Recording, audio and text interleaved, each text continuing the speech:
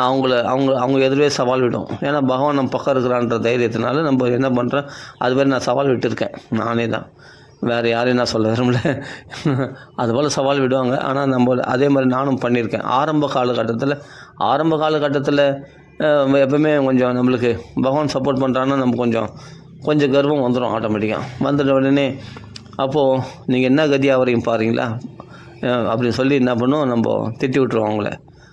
அவங்க தப்பே பண்ணதாக இருந்தால் கூட நாம் பொறுத்துன்னு தான் போகணும். ஆனால் பொறுத்துன்னு போகாமல் என் பக்கம் கடவுள் இருக்கிறான், ராதாகிருஷ்ணன் என் பக்கத்தில் இருக்கார், அதனால் நீங்கள் என்ன கதியாக வரையும் பாரு அப்படின்லாம் சொல்லிட்டு இருப்பேன். சொல்லிவிட்டு அப்புறமா என்ன பண்ணேன், பகவான்கள் போய் பிரார்த்தனை பண்ணுவேன். அவங்க என்னை அழிக்கணும்னு நினைக்கிறாங்க, என்னை நடுத்தரில் நிற்க வைக்கணும்னு நினைக்கிறாங்க, என் சொத்தெல்லாம் அபகரிக்கணும்னு நினைக்கிறாங்க, இது மாதிரி பண்ணுறாங்க அப்படின்னு சொல்லி அவங்களெல்லாம் உயிரோடு விட்டு வைக்காத அப்படின்னு சொல்லி பகவான்களை இது போல் பிரார்த்தனை. ஆரம்ப காலத்து கோவத்தில் அது மாதிரி பிரார்த்தனை பண்ணேன். அப்புறமா யோசிச்சுப்பேன், சரி அப்படிலாம் நினைக்கிறது தப்புன்னு. ஆனால் அப்போ இப்போ என் உறவினர்களுக்குள்ளே ஒரு லேடிஸ் அது மாதிரி வேணுமென்னே வீண் சண்டை வெளிச்சு எங்களுக்கு வர வேண்டிய இடத்துலலாம் அபகரித்து ரொம்ப கொடுமை பண்ணாங்க.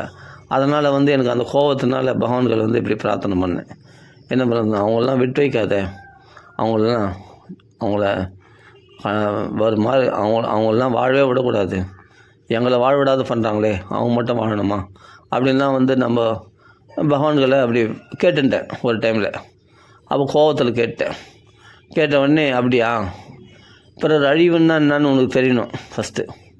ஏன்னா அவங்க நல்லா இருக்கக்கூடாது, அவங்க நம்மளை அழிக்கணும்னு நினைக்கிறாங்க, மொத்தத்தையும் பிடிங்கன்னு. அதே மாதிரி அவங்களும் அழிஞ்சுன்னா என்ன, சாகடிக்கிறதுன்னு அர்த்தம் இல்லை, அழிஞ்சுன்னா என்ன, அவங்கள மொத்தத்தையும் ரொம்ப கஷ்டப்படணும் வாழ்க்கையில், நோய் நொடிகளாலையும் இல்லை வேறு ஏதாவது அடிபட்டு அவங்க கஷ்டப்படணும் அப்படின்னு நினைக்கிறோம் இல்லையா, அதுதான் அழிவு.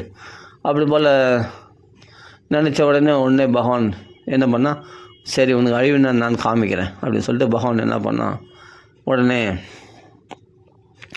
ஒரு 2 நாளில் எங்கள் ஒய்ஃபுக்கு வீசிங் ப்ராப்ளம் வந்துடுச்சு. Wheezing problem. அப்போ தான் 2வது குழந்தை பிறந்தது. 2வது குழந்தை பிறந்தோடனே ஹார்ட் பெருசாக வீங்கி போச்சு. ரொம்ப துடிச்சு கஷ்டப்பட்டான், அவஸ்தைப்பட்டான்.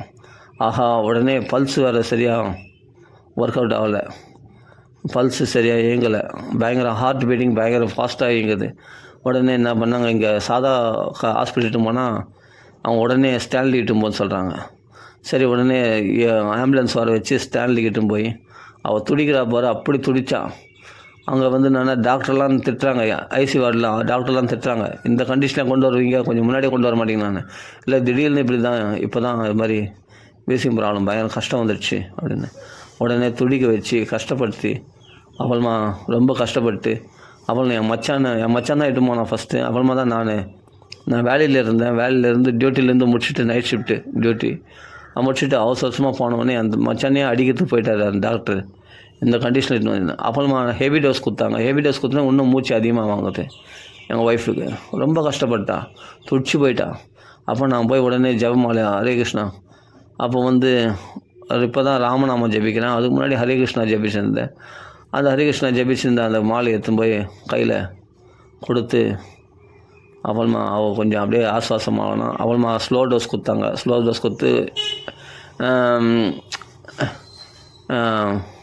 டோஸ் கொடுத்து அந்த இன்ஜெக்ஷனில் இல்லை இது ட்ரிப்ஸில் ஆமாம், அந்த குளுக்கோஸில் கொடுத்து அப்புறமா கொஞ்சம் ரிலாக்ஸ் ஆகினா அப்புறமா தான் அவள் கொஞ்சம் கொஞ்சமாக ரிலாக்ஸ் ஆனான்.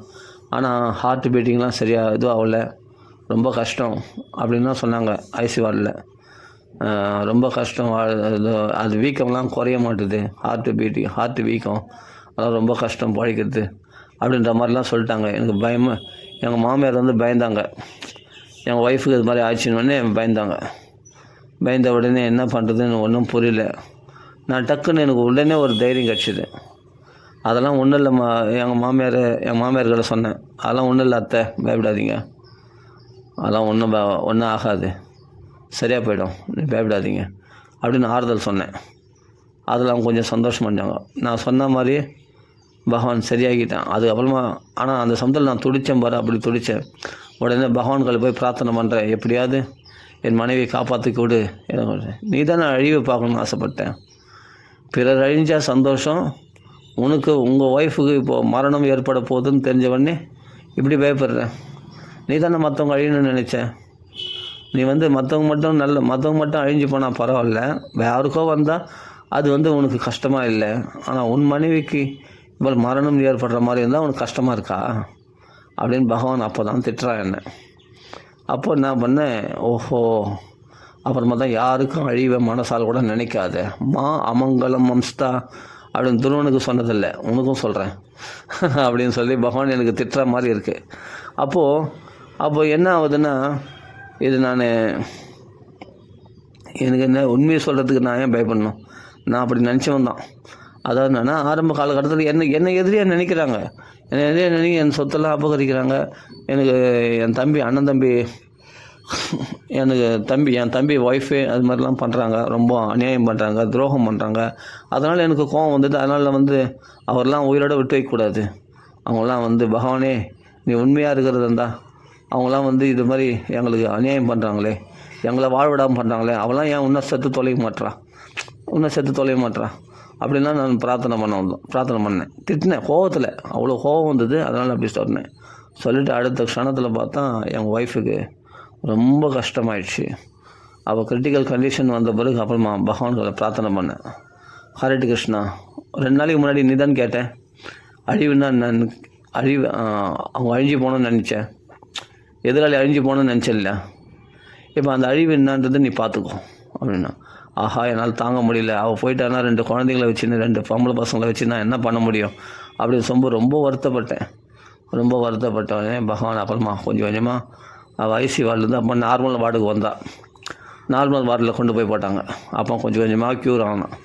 அவ்வளோ தேசத்தில் க்யூர் பண்ணல பகவான், கொஞ்சம் நாள் ஆச்சு, 1 வாரம் 2 வாரம் அவள் ரொம்ப கஷ்டப்பட்டு தான் க்யூர் ஆச்சு. அப்போ தான் குழந்தை பெற்ற உடம்பு, ரெண்டாவது குழந்தை பிறந்தது. அப்போது ரெண்டாவது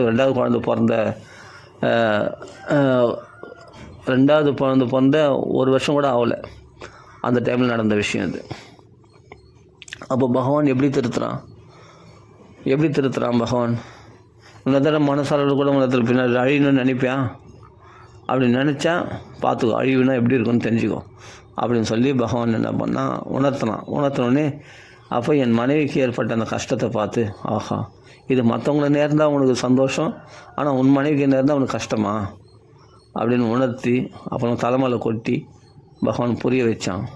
அப்புறமா அவள் எப்படியாவது நல்லபடியாக வந்து சேர்ந்தா போதும் வீட்டுக்கு சொல்லி நல்லபடியாக சேர்ந்த உடனே எனக்கு என் ஒய்ஃபுக்குமே பிரச்சனை நடுவில் வந்தது நிறைய. அது மாதிரி மற்றவங்க துக்கப்படுறதை பார்த்து நம்ம சந்தோஷப்பட்டோம்னா அந்த துக்கம் நமக்கு வரும்போது பார்க்கும்போது நம்மளுக்கு கஷ்டமாக இருக்குது இல்லையா? அதுதானே மற்றவங்களுக்கும். அதை யோசித்து பார்க்கணும். அதை பகவான் யோசிக்க வச்சான் என்ன. உடனே அழிவுன்னா என்னன்னு தெரியணும் இல்லை அவனுக்கு. அப்படின்னு அப்புறமா கிருஷ்ணா, நான் செய்த தப்பு தான், நான் கேட்ட தப்பு தான், அது மாதிரி யாரையும் அழிஞ்சு போகக்கூடாது, எல்லோரும் நல்லா இருக்கட்டும். ஆனால் இது மாதிரி துரோகம் பண்ணுறாங்கன்னா எங்கள் சொல்லு, நான் பார்த்துக்கிறேன். அதுக்காக இன்னொருத்தர் அழிஞ்சு போகணும், இன்னொருத்தர் நல்லா இருக்கக்கூடாது, இன்னொருத்தர் உயிரை விடணும் அப்படிலாம் நினைக்கிறது மகா பாவம். அது பெரிய தப்பு.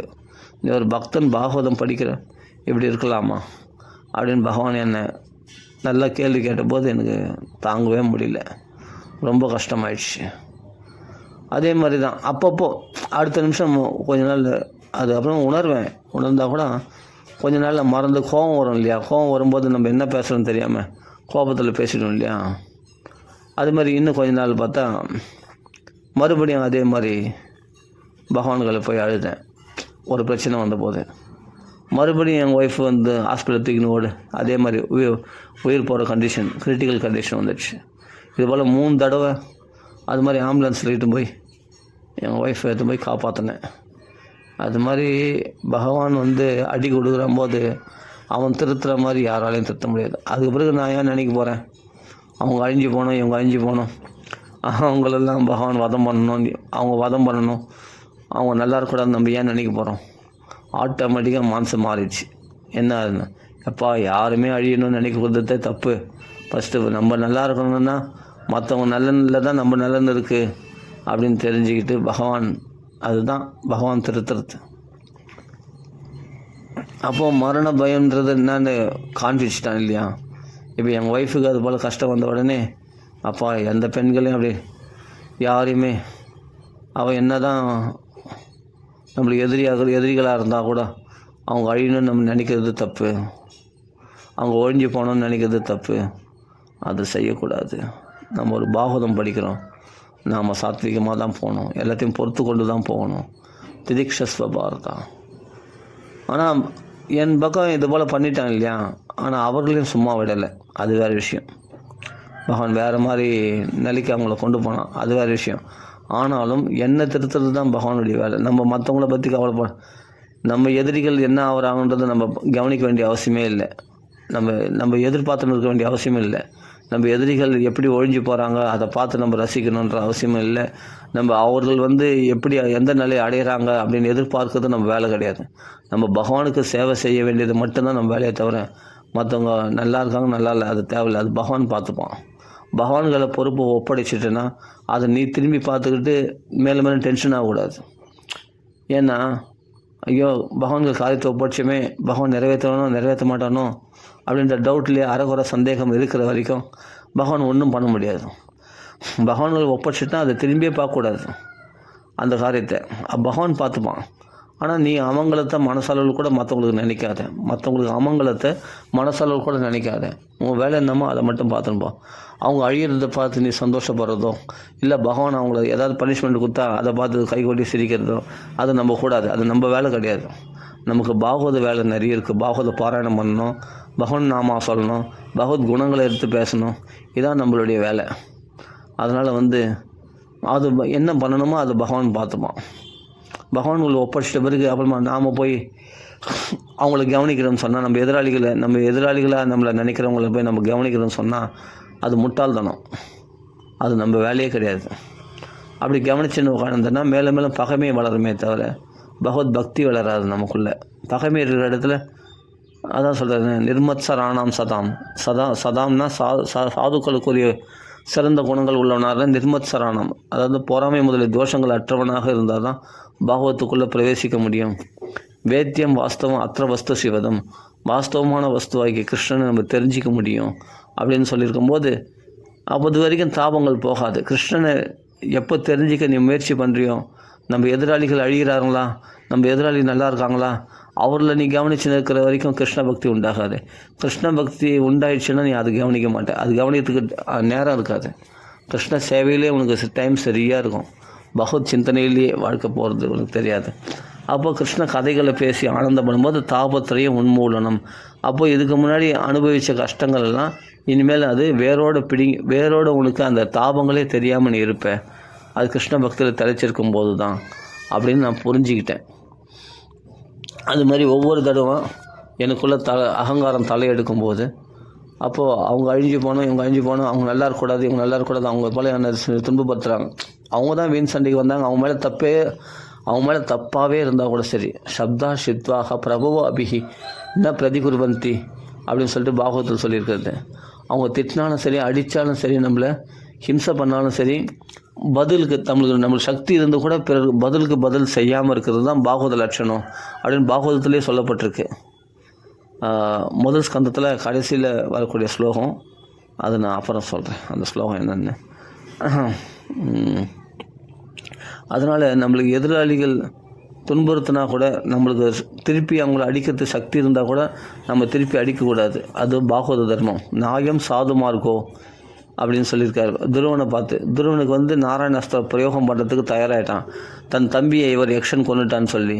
ஆனால் யக்ஷர்கள் மேலே நாராயணாஸ்திர பிரயோகம் பண்ணால் யக்ஷர்கள்லாம் அழிஞ்சிடுவாங்க, அதை செய்யக்கூடாதுன்னு சுவாயம்பு மனுவானவர் தடுத்தார், தன் தாத்தா துருவனுடைய தாத்தா.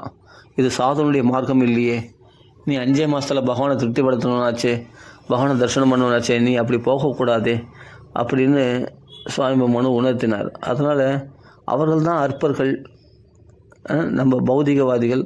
பகவத் பக்தனாகி நீ எப்படி நடந்துக்கணும் அப்படின்னு பகவான் எனக்கு அடிக்கடி தலைமையில் குட்டி என்னை உணர்த்துவான். அதனால தான் பகவானே எனக்கு குருவாக நான் நினைத்து கொண்டு இருக்கிறது. காரணம்னா பகவான் திருத்துற மாதிரி யாருமே என்னை திருத்த முடியாது, பகவான் தான் நல்லா திருத்துறான் என்ன. அது மாதிரி ஒவ்வொரு விஷயத்துலையும் இதனால் என்ன ஆபத்து, இது மாதிரி துவேஷத்தினால, பிறர் பகையை பாராட்டுறதுனால என்ன ஆபத்து வருது பாரு. அதே மாதிரி ஒரு ஆசைகளில் விழும்போதும் நம்மளை பகவான் காப்பாற்றுவான். இந்த ஆசையினால் வரக்கூடிய அனர்த்தங்களை பார்த்தா அவ்வளோ அனர்த்தங்கள் இருக்கும். போதுமா? இந்த ஆசை உனக்கு வேணுமா? ஆஹா, வேண்டவே வேண்டாம் அப்படின்னு பகவான் என்ன பண்ணால் ஒரு அடி கொடுத்து நம்மளை திருத்துவான். இதெல்லாம் நல்லா, அதான் சொல்கிறேனே, பகவானை ஒருத்தன் பிடிச்சிட்டான்னா பகவான் எப்படி வந்து திருத்துவான்? பகவான் நான் நேருக்கு நேராக தெரியிறானா அப்படின்னா இல்லை. ஒரு விஷயங்கள் மூலமாக திருத்துவான். சில அடிகளை கொடுத்து, சில அனுபவங்களை கொடுத்து பகவான் திருத்துவான். அந்த அனுபவங்கள் மூலமாக நம்ம திருந்திடுவோம். கண்டிப்பாக திருந்திடுவோம். நம்மளுக்கு திருந்த க்ஷிப்ரம் பவதி தர்மாத்மா சஸ்வத் சாந்தி நிகழ்ச்சதி. உண்மையான சாந்தி நீ அடையணும்னா சீக்கிரமாக தர்மாத்மாவாக மாறணும். அது சீக்கிரமாக தர்மாத்மாவாக பகவான் மாற்றுவானா. அதாவது அபிச்சேத் துராச்சார பஜதே மாம் அனந்திய பக் சாதரே வச்ச மந்தவியா க்ஷிப்ரம் பவதி தர்மாத்மா அப்படி சொல்கிறது. துராச்சாரத்தில் இருந்தால் கூட அவனை சீக்கிரமாக தர்மாத்மாவை மாற்றிடுவேன். ஏன்னா ஹிருதயத்தில் வாசம் பண்ணுறவன் கிருஷ்ணன் தானே. அந்த கிருஷ்ண பரமாத்மா என்ன பண்ணுவான், நம்ம சூழ்நிலைகளுக்கு எந்த சூழ்நிலைகள் இருக்கிறன்னு தெரிஞ்சுக்கிட்டு அந்த சூழ்நிலைக்கு ஏற்ற மாதிரி அடி கொடுத்து நம்மளை திருத்துவான். ஆனால் பகவான் கைவிட்ட மாட்டான். அதான் ஒரு பியூட்டி. நம்மளை துன்புறுத்துவானே தவிர திருத்துவதற்காக ஆனால் கைவிட்ட மாட்டான் பகவான். அந்த நம்பிக்கை தைரியமாக இருக்கலாம். ஆனால் மரண பயத்தை கொடுப்பான். மரண பயம் உண்டாகும். அப்படியே கிளி, அந்த பயம், அதிர்ச்சி, அந்த ரொம்ப சங்கடத்தை உண்டாகிடும். இப்போ நாங்கள் சொன்னல, எங்கள் ஒய்ஃப் வந்து இது மாதிரி ஹாஸ்பிட்டலில், ஸ்டான்லி ஹாஸ்பிட்டலில் அட்மிட் ஆகும்போது அவள் துடிப்பை பார்த்து பயந்து நடுங்கிட்டேன். எங்கே மரணம் வந்துடுமோன்னு பயந்துட்டேன். அப்புறமா பார்த்தா ஆனால் பகவான் கைவிட மாட்டான். அப்புறம் என்ன, மரணத்தின் வெளி என்னன்னு உனக்கு தெரியணும்ல. அப்போ தானே பிறருக்கு மரணம் வரணும்னு படமாட்டேன் நீ, புரியுதா? அப்போ தானே நீ மொத்தவங்க அழிஞ்சு போகணும், உன் எதிராளிகள்லாம் அழிஞ்சு போகணும் அப்படின்னு. எதிராளின்னு யாருமே கிடையாது. ஆனால் எதிராளியாக நினைக்கிறல்ல. அவர்கள் பண்ணுற கொடுமைன்னு பார்த்து நீ எதிராளின்னு நினைக்கிறல்ல. அவங்களுக்கு கொடுமை பண்ணட்டும், பொறுத்துன்னு போ, அவ்வளோதானே தவிர அவர்கள் கொடுமை நினைச்சிடாங்க, கொடுமை பண்ணுறாங்கிறதுக்காக பதிலுக்கு பதில் அவங்கள நீ பழி வாங்கணும்னு நினைக்கிறதுன்றது முட்டாள்தனம் அப்படின்னு பகவான் உணர்த்தலாம். உணர்த்தி என்ன பண்ணால், இது மாதிரிலாம் நினைக்காத, இது மாதிரி நினச்சேன்னா பாரு அந்த மரணத்தின் வலி எப்படி இருக்குன்னு பாருன்னு சொல்லிட்டு பகவான் காண்பிச்சானே நான் புரிஞ்சுக்கிட்டேன். இனிமேல் நான் அப்படி நினைக்க மாட்டேன் கிருஷ்ணா. யாரும் எல்லாரையும் நான் நீ நல்லதும் நினைக்க வேணாம், கெட்டதும் நினைக்க வேணாம். அவங்க பாட்டுக்கு அவங்க இருக்கட்டும், நீ பாட்டுக்கு உன் வேலையை பாரு. நீ என்னுடைய சேவையில் ஈடுபட்டுனே இரு, புரியுதா? பிறர் அழிஞ்சு போகணும், பிறர் செத்து போகணும், பிறர் வாழக்கூடாது அப்படின்லாம் நினைக்கிறது முட்டாள்தனம். அப்படி நினச்சேன்னா அந்த வழிகள் நான் உனக்கு காண்பிப்பேன். அப்போ தாங்க முடியாது நம்மளால். அப்போது சரி, அதை புரிஞ்சுக்கிட்டேன். அதே மாதிரி ஆசைகளில் விழுந்தால் கூட நம்ம இது குரோதம், காமம், குரோதம், லோபம், பணத்து மேலே உள்ள பேராசை, இல்லை காமம், மற்ற ஆசைகள், அதே சமயத்தில் கோபம், துவேஷம், இவைகளால் வரக்கூடிய கெடுதிகள் என்னன்றதை பகவான் உணர்த்துவதற்காக சில ஆசைகளில் விழுந்தால் கூட உடனே பகவான் அதனால் வரக்கூடிய அனர்த்தங்களை பகவான் காண்பிப்பான். பார், இதுதான் நிலையானதுன்னு சொன்னியா நீ, பார் இது நிலையானதா, இந்த அழகு நிலையானதா பார் அப்படின்னு சொல்லி நம்ம ஆசையில் விழுந்தால் கூட இது சின்ன வயசுலேயே எனக்கு பகவான் காண்பிச்சிட்டான். அந்த ஆசை நிலையானது கிடையாது. அதுக்கப்புறம் பார்த்தா இப்போ இளமையாக இருக்கிற ஒரு பெண்ணானவள் கொஞ்ச நேரத்தில் பார்த்தா கேள்வியாக மாறி போயிருக்கும். இதுதான் இந்த அழியக்கூடிய இந்த அழகுக்கு தான் நீ ஆசைப்பட்டியா அப்படின்னு பகவான் அதையும் உணர்த்தியிருக்கான் எத்தனையோ விஷயத்தில். அது மாதிரி இந்த ஒரு ஆசை மட்டும் இல்லை, இந்த பணத்துக்கு ஆசைப்பட்டு இந்த பணத்தினால் எவ்வளோ சண்டை போடுறாங்க பாரு. அந்த ஆசையிலேருந்தும் பகவான் என்னை உணர்த்தி வெளியே கொண்டு வந்தான், அந்த ஆசைகளில் விழுந்து விடாதபடி. அதே போல் பெண் ஆசையில் கூட நம்ம அழகாக இருக்கிறோம் பார்த்து ஆசைப்படுறோம்னா கட்சியில் பார்த்தா அது கொஞ்ச நாளில் பார்த்தா அது முகம் விகாரமாகி கேள்வி மாதிரி மாறி போய் அப்புறம் பார்த்தா ஆஹா எவ்வளோ அழகாக இருந்தது ஒரு வருஷத்துக்கு முன்னாடி, இப்போ பார்த்தா இப்படி ஆகி போச்சுன்னா மூஞ்செல்லாம் ஓட விழுந்து போய் அப்படியே ஒரு மாதிரி கேள்வி மாதிரி மாறி போய் இதான் நீ அப்பா அந்த ஷைனிங்கு பளபளப்பெல்லாம் இவ்வளோ தான், அது அழகு வந்து நிலையற்றது, அப்படி கேள்வி மாதிரி ஆகி போச்சு பறிப்போம் அந்த பெண். அவ்வளோதான் அந்த பெண்ணுடைய அழகு அப்படின்னு பகவான் உணர்த்துவான் நமக்கு. அப்போது இதெல்லாம் கல்யாணத்துக்கு முன்னாடி இதெல்லாம் இது மாதிரி இது மாதிரிலாம் பகவான் உணர்த்திருக்கலாம். பகவான் நம்மளை திருத்தலைன்னா ரொம்ப காலம் எடுத்துக்கிறது இல்லை, ரொம்ப கஷ்டப்படுறதில்ல, ஈஸியாக பகவான் உணர்த்திடலாம் கொஞ்ச நாளில். இதுக்கு தானே நீ அப்படி உழுந்து பாடுபட்டேன், அந்த பெண் வேணும், அந்த பெண் வேணும், அந்த பெண் வேணும்னு எதுக்கு அவ்வளோ பாடுபட்டேன், பார் நீயே பார், அது முகம் எப்படி விகாரமாக மாறி போச்சு பார். அப்புறமா அதே மாதிரி மாறி போச்சு, கேள்வி மாதிரி ஆகிப்போச்சு. இவ்வளோ தான் அந்த அழகு, நிலையில்லாத அழகு. ஒரு நிமிஷத்தில் எல்லாத்தையும் மாறிடும், புரியுதா? இதெல்லாம் நிலையானதுன்னு சொல்லி அந்த அழகுக்கு ஆசைப்படாத. அதே மாதிரி தான் கோபத்தில் என்ன பேசுகிறேன்னு தெரியாமல் பேசிடாத, என்ன சொல்கிறேன்னு தெரியாமல் சொல்லிடாத, யாரையும் சபிக்காத, யாரையும் கோபமாக இழிந்து பேசாத, அதற்காக என்னிடத்தில் பிரார்த்தனை பண்ணாத, அவரில் பழி வாங்கணுன்றதுக்கு தான் எங்கள் பிரார்த்தனை பண்ணாத. அந்த விளைவுகள் நீயே அனுபவிக்கும் போது உன்னால் தாங்க முடியல, அந்த விளைவுகள் மற்றவங்களுக்கு ஏற்பட்டால் மட்டும் சந்தோஷமா? அது தப்பு அப்படின்னு சொல்லி பகவான் அதை உணர்த்தினேன். அப்புறமா அதே மாதிரி ஒரு தடவை அது மாதிரி அடிக்கடி கோபம் வரும்போது பகவான் அப்பப்போ தலைமையில் கொட்டி உணர்த்துவான். அப்போது ஒருத்தர் இதே மாதிரி தான் ஒரு சமயத்தில்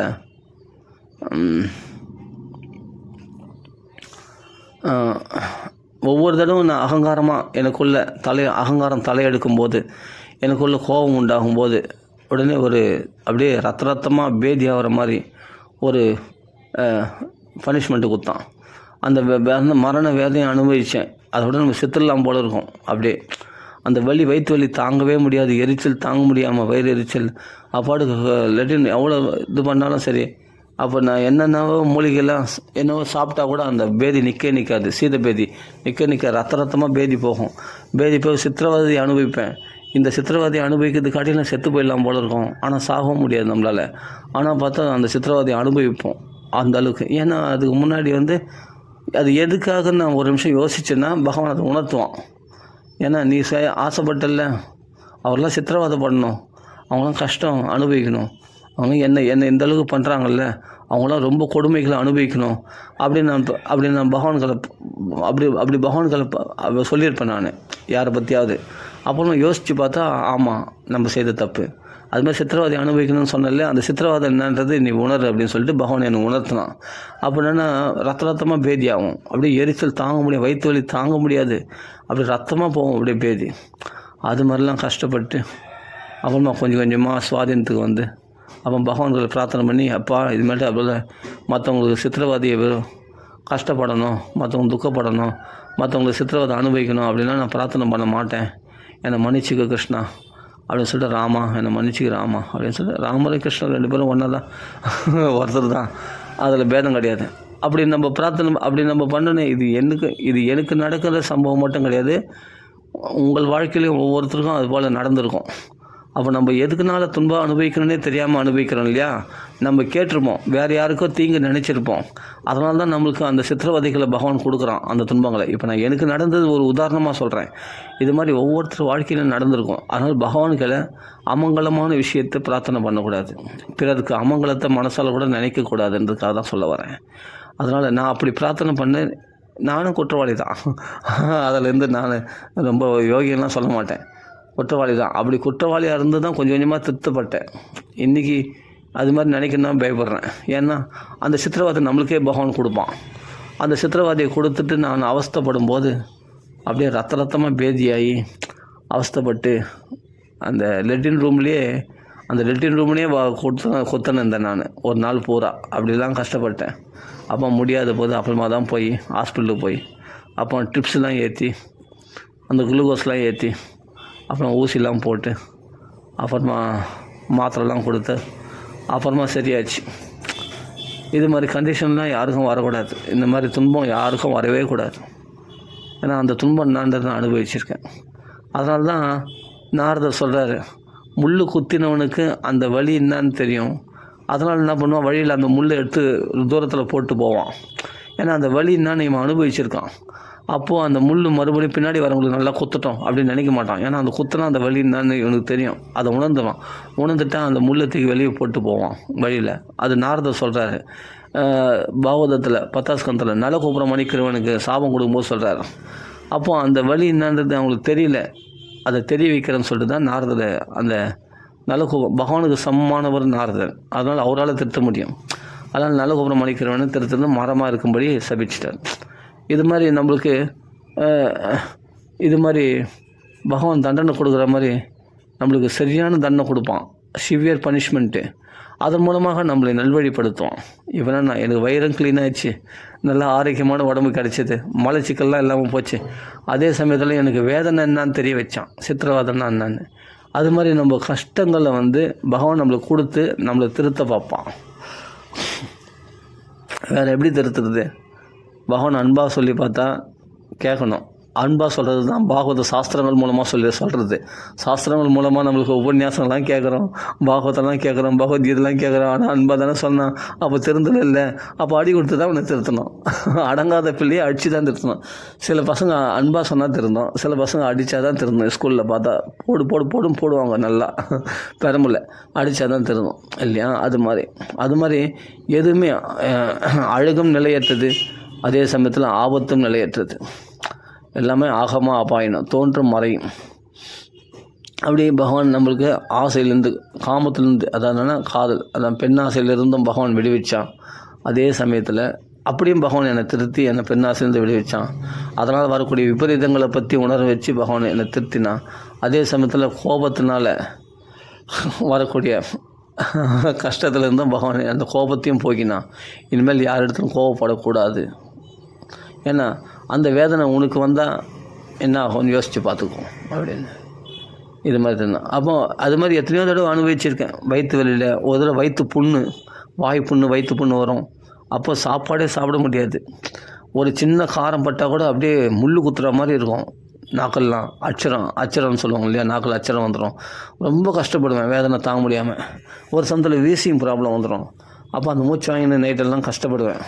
அதுக்கு முன்னாடி யாரையாவது நான் துவேஷிச்சிருப்பேன், யாரையாவது நான் பகைச்சிருப்பேன். எதனா ஒன்று அடிக்கடி இது மாதிரிலாம் எனக்கு யாரையாவது திட்டேன்னா, யாரையாவது நான் கோபத்தில் பேசிட்டு, இல்லை யாரையாவது அவங்களாம் சித்திரவதை பண்ணணும், கஷ்டப்படணும் அப்படின்ற பகவான்களை நான் ஏதாவது கேட்டிருந்தா நிச்சயமாக மறுநாளே எனக்கு பகவான் பனிஷ்மெண்ட்டு கொடுத்து எனக்கு அந்த வேதனையை தெரிவிப்பான் பகவான். அப்போ மற்றவங்களுக்கு வந்தால் தான் கஷ்டம், உனக்கு வந்தால் கஷ்டம் இல்லையா? அப்போது உனக்கு வந்தால் தான் கஷ்டம், மற்றவங்க வந்தால் கஷ்டம் இல்லையா அப்படின்னு சொல்லிட்டு பகவான் உணர்த்துவான். அப்போ அந்த கஷ்டங்களை என்னை அனுபவிக்க வைப்பான். அந்த சித்திரவதை அனுபவிக்கும் போது எப்பா மற்றவங்க கஷ்டப்படுறவங்கள பார்த்தா உடனே உதவி பண்ணணும் அப்படின்ற எண்ணம் நம்மளுக்கு உண்டாகும். அப்போ இதெல்லாம் தான் பகவான் திருத்துற வழி. இது மாதிரி எங்கள் வீட்டில் இருக்காங்கள, இது மாதிரி சின்ன பசங்க ஏதாவது ரொம்ப கஷ்டப்படுத்துச்சு. சின்ன பசங்க ஒரே பால்லாம் எடுத்து போய் விளையாடி டமால் அடிக்க ரொம்ப இது பண்ணு, அது சித்திரவதை தாங்க முடியல, போய் அவங்கள தண்டிக்கவும் முடியல, அது மாதிரி நிலமை இருந்ததுன்னா உடனே அவங்கள எதாவது திட்டினேன்னா உடனே அது கெரி பிடிச்சிதுங்க. பசங்க ரொம்ப தொல்லை பண்ணுங்க. அது மாதிரிலாம் இது பண்ணுதுன்னா அவங்க நம்ம எதிராளியுடைய பிள்ளைகளாக இருந்தால், எதிராளின்னா என்ன, அவங்க நம்மளை எதிரியாக நினைக்கிறாங்க, அதனால் நம்ம எதிராளியாக நம்மளும் நினைக்க வேண்டாகுது. அப்படி நம்மளுக்கு அவங்களுடைய பசங்களாம் அவங்கள நம்ம பசங்களை போய் நம்ம அடிக்க முடியாது. ஏன்னா நம்மளுக்கு சண்டை. அவங்களுடைய பசங்க நம்மளை தொல்லை பண்ணுதுன்னா உடனே அந்த பசங்களாம் அப்போ அது மேலே அந்த பசங்க மேலே உள்ள துவேஷத்தினால அந்த பசங்களையும் நம்ம தப்பாக நினைப்போம். அது இதுங்களாம் இது போல் சித்திரவதை பண்ணல, இதுதான் சரியான தண்டனை கொடுக்கணும் கடவுள் அப்படின்லாம் இல்லை. தண்டனை கொடுக்கணும்னா இதெல்லாம் அதாவது தவறாக மனசில் நினைப்போம் அந்த பசங்களாம். ஏன்னா நம்ம எதிராளி வீட்டு பசங்க அது என்னென்னா இங்கே ரொம்ப தொல்லை பண்ணோம். நம்ம இருக்கிற இடத்துல ரொம்ப தொல்லை பண்ணி ரொம்ப அட்டகாசம் பண்ணோம், ரொம்ப லபலபம் கத்திக்கிட்டு நம்ம பாவதம் படிக்கூடாது, ராமாயணம் படிக்கூடாது, ரொம்ப தொல்லை பண்ணுவாங்க. அப்போலாம் இதுங்களாம் இந்த அழிஞ்சு போகுது. இதெல்லாம் நல்லா இருக்குது. இதெல்லாம் நல்லா எங்கன்னா நல்லா உதப்பட போதுங்க, எங்கன்னா நல்லா கஷ்டப்பட போதுங்க அப்படி இப்படின்னு சொல்லிட்டு திட்டி விட்டேன்னா கடைசியில் அது என் குழந்தைக்கே பார்த்தா மறுநாள் சரியான ஃபீவரு, சரியான காய்ச்சல் உண்டாயிடும். உடனே குழந்தைய தூக்கின்னு ஹாஸ்பிட்டலுக்கு ஓடுவேன், கஷ்டப்படணும். பிறகு குழந்தைங்கள கூட நம்ம அவங்க துன்புறுத்துனாங்கன்னா அதை சகிச்சிக்கணும், பொறுத்துக்கணும். அதுதான் நம்மளுக்கு பாகவத தர்மமே. நம்ம உடனே அவர்களை எல்லாம் செத்து தொலைக்குதுங்களா, இதெல்லாம் எதுக்கு உயிரோடு இருக்குதுங்க, இப்படிப்பட்ட இதெல்லாம் இம்சிங்க, இதெல்லாம் நம்மளை தொல்லை பண்ணுதுங்களே, இதெல்லாம் செத்து தொலையுதுங்களா அப்படி நம்ம எதாவது திட்டோம்னா உடனே பகவான் உடனே என் பொண்ணுக்கு வந்து ஜுரம் வரும், சரியான ஃபீவர், காய்ச்சல் வரும், மறுநாளே காமிச்சிடுவான் பகவான். காண்பிச்சுட்டு உடனே போனால் ஹாஸ்பிட்டல் எடுத்துதிங்க போய் என் குழந்தைக்கு ஒரு தடவை அப்படியே வாயில் நுர தள்ளி ஃபிக்ஸ்லாம் வந்துடுச்சு. அது மாதிரிலாம் கஷ்டம் வந்துடுச்சு. கஷ்டம் வந்து அப்புறமா அங்கே போய் மாத்திரை கொடுத்து சரி பண்ணாங்க. அது மாதிரி உடனே நம்மளுக்கு அது காரணம் என்னென்னா, நீ இதுக்கு முன்னாடி வந்து அது மாதிரி அந்த குழந்தைங்கள நீ எவ்வளோ சொன்னல, இப்போ உன் குழந்தைக்கு அந்த ப்ராப்ளம் வரும்போது தெரிஞ்சுக்கும். இதெல்லாம் நடந்திருக்கு. இப்போ நான் சொல்கிறதெல்லாம் பொய் கிடையாது, எல்லாமே நடந்த விஷயம், உண்மையிலே நடந்த விஷயம். உடனே அடி கொடுப்போம், அடி கொடுத்து பகவான் திருத்துவோம். அப்போ எந்த குழந்தைங்களையுமே மனசளவு கூட அவங்க நல்லா இருக்கக்கூடாது, அவங்க செத்து போனோம், அவங்க அழிஞ்சு போனோம் அப்படின்னு நினைக்காத அப்படின்னு பகவான் உணர்த்துவோம். இதெல்லாம் வந்து ஒவ்வொரு விஷயமும் நடந்த விஷயம் அது அத்தனையுமே.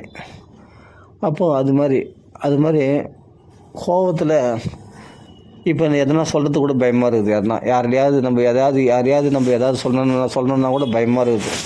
ஏன்னா நம்மளுக்கு வந்துடுமோ, நம்மளுக்கு கஷ்டம் வந்துடுமோன்னு பயப்படுறேன். அப்போ கூட நடுவில் ஒரு தடவை துணிச்சலாக ஒருத்தரை ஒரு இதுவாக பேசிட்டேன், ஒரு இதுவாக சொல்லிட்டேன்.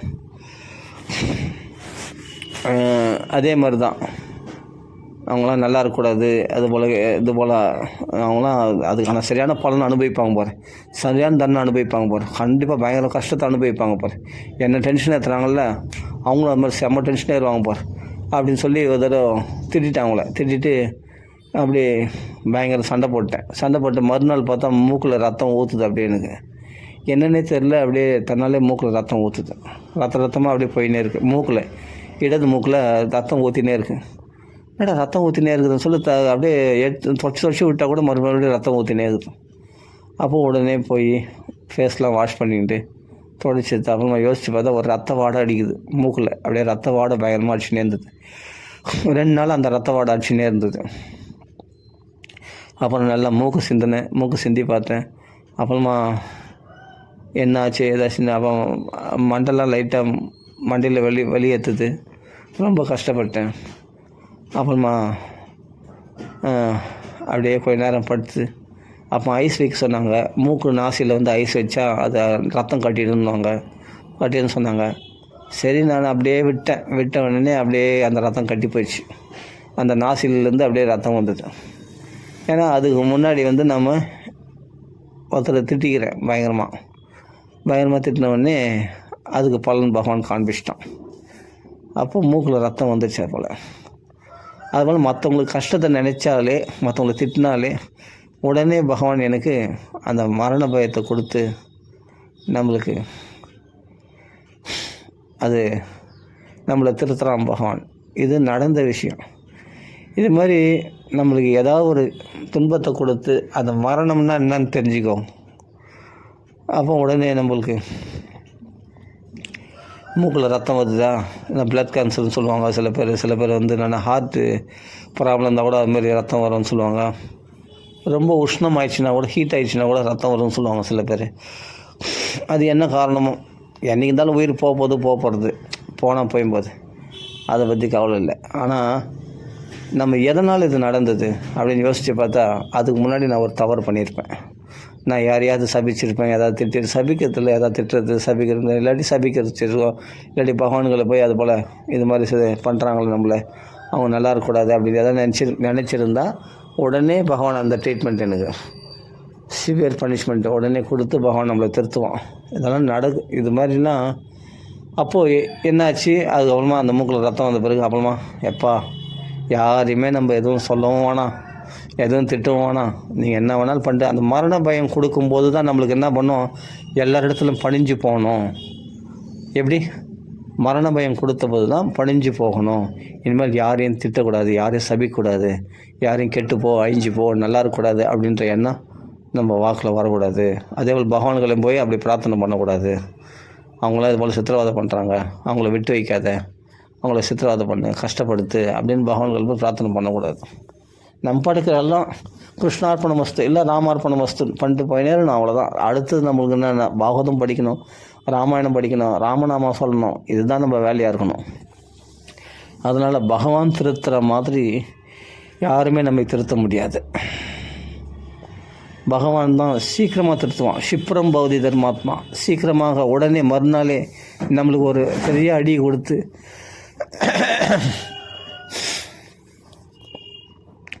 நம்மளுக்குள்ளே அந்த கஷ்டத்தை உணர்த்தி, அந்த கஷ்டம்னா என்னன்னு தெரிய வச்சு, இப்போ எல்லோரும் இப்போது நான் அனுபவிக்கிற துன்பம் யாரையும் அனுபவிக்கலான்னு கேட்டால் அனுபவிச்சிருப்பாங்க.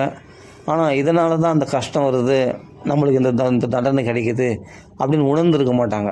அதை உணர்த்துறது பகவான் குருவாக இருந்தால் தான், பகவானே குருவாக இருந்தால் யாருக்கு குருவாக இருக்கிறானோ அவங்களுக்கு பகவான் இந்த கஷ்டத்தை நீ ஏன் அனுபவிக்கிற தெரியுமா? நீ 2 நாளைக்கு முன்னாடி நீ இது மாதிரி மற்றவங்கள இது மாதிரி அவதூறாக நினச்ச, இலக்காரமாக நினச்ச, அதனால தான் நீ இலக்காரப்படுற. மற்றவங்கள அவமதிச்ச, அதனால தான் நீ அவமானப்படுற. மற்றவங்கள நீ அழிஞ்சு போனேன்னு நினச்ச, அதனால தான் உனக்கு இந்த அழிவு நிலைக்கு, உனக்கு இந்த சாகர நிலைமை ஏற்பட்டது, உனக்கு இந்த கஷ்டங்கள், இந்த நோய்கள் வந்தது, இந்த மற்றவங்களை சித்திரவதை பண்ணணும்னு ஆசைப்பட்ட, அதனால தான் நீ இப்போ சித்திரவதைப்படுற. மற்றவங்க நோய் நொடிகளால் வதையணும்னு ஆசைப்பட்ட, அதனால தான் இப்போ நோய் நொடியில் வதையிற. உன்னை சார்ந்தவங்களுக்கு நோய் நொடி வருது. மற்றவங்க குழந்தை அவதூறாக நினச்ச, அதனால தான் உன் குழந்தைக்கு இந்த கஷ்டம் வருது அப்படின்னு எல்லாமே பகவான் உணர்த்துவான். எல்லாம் நம்ம நினைவுகளுக்கு, நம்ம பண்ண கர்ம வினைகளுக்கு ஏற்ற மாதிரியும், நம்ம நினைவுகளுக்கு ஏற்ற மாதிரி, நம்ம முன் வினைகள் கர்ம வினைகள் அதுபோல் மற்றவங்களுக்கு பண்ணியிருப்போம்.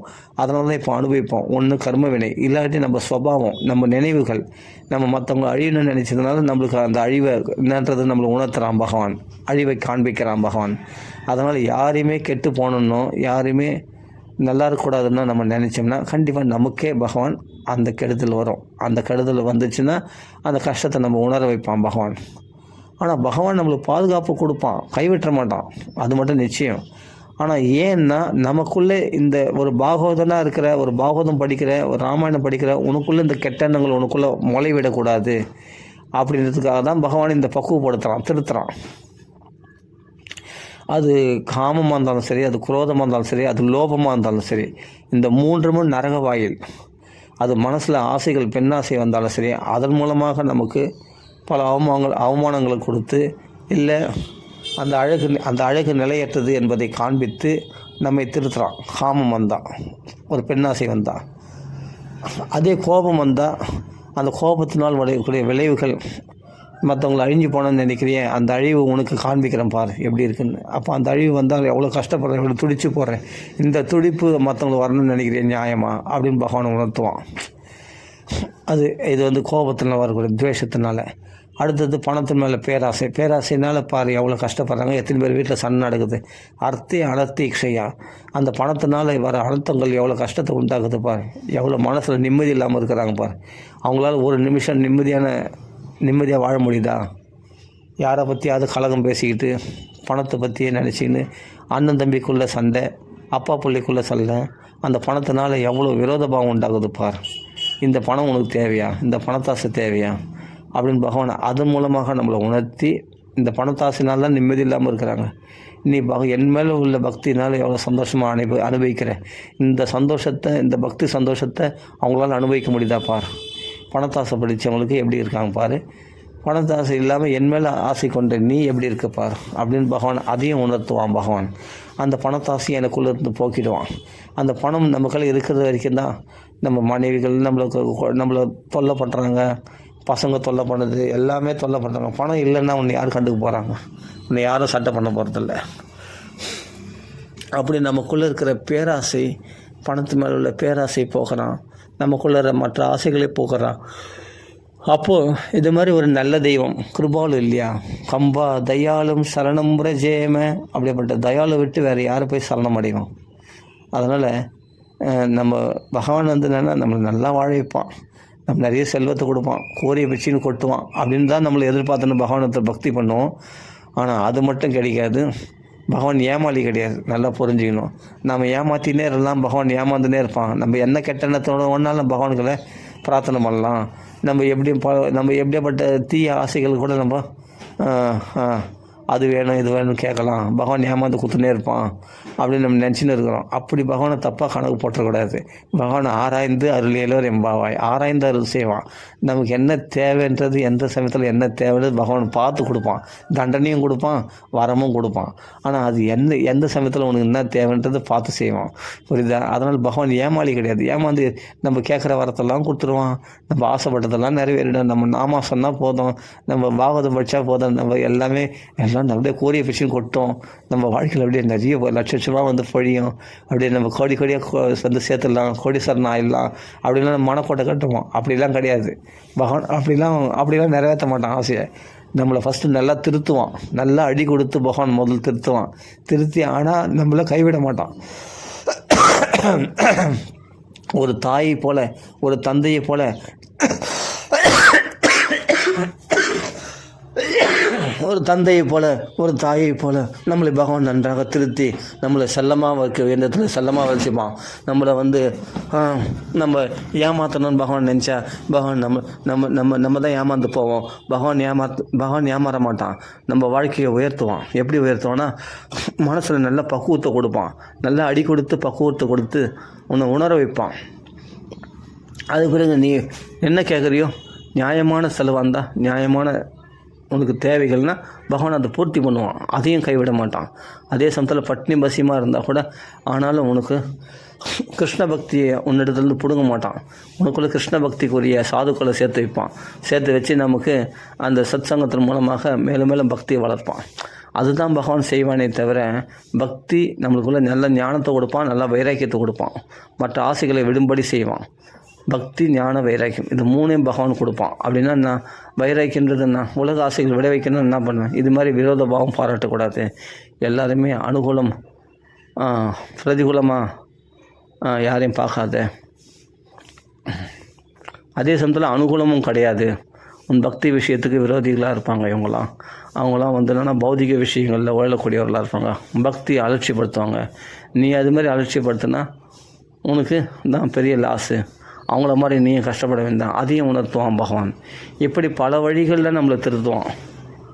பெண்ணாசையை விட வைப்பான், மண்ணாசையை விட வைப்பான், பொன்னாசையை விட வைப்பான்.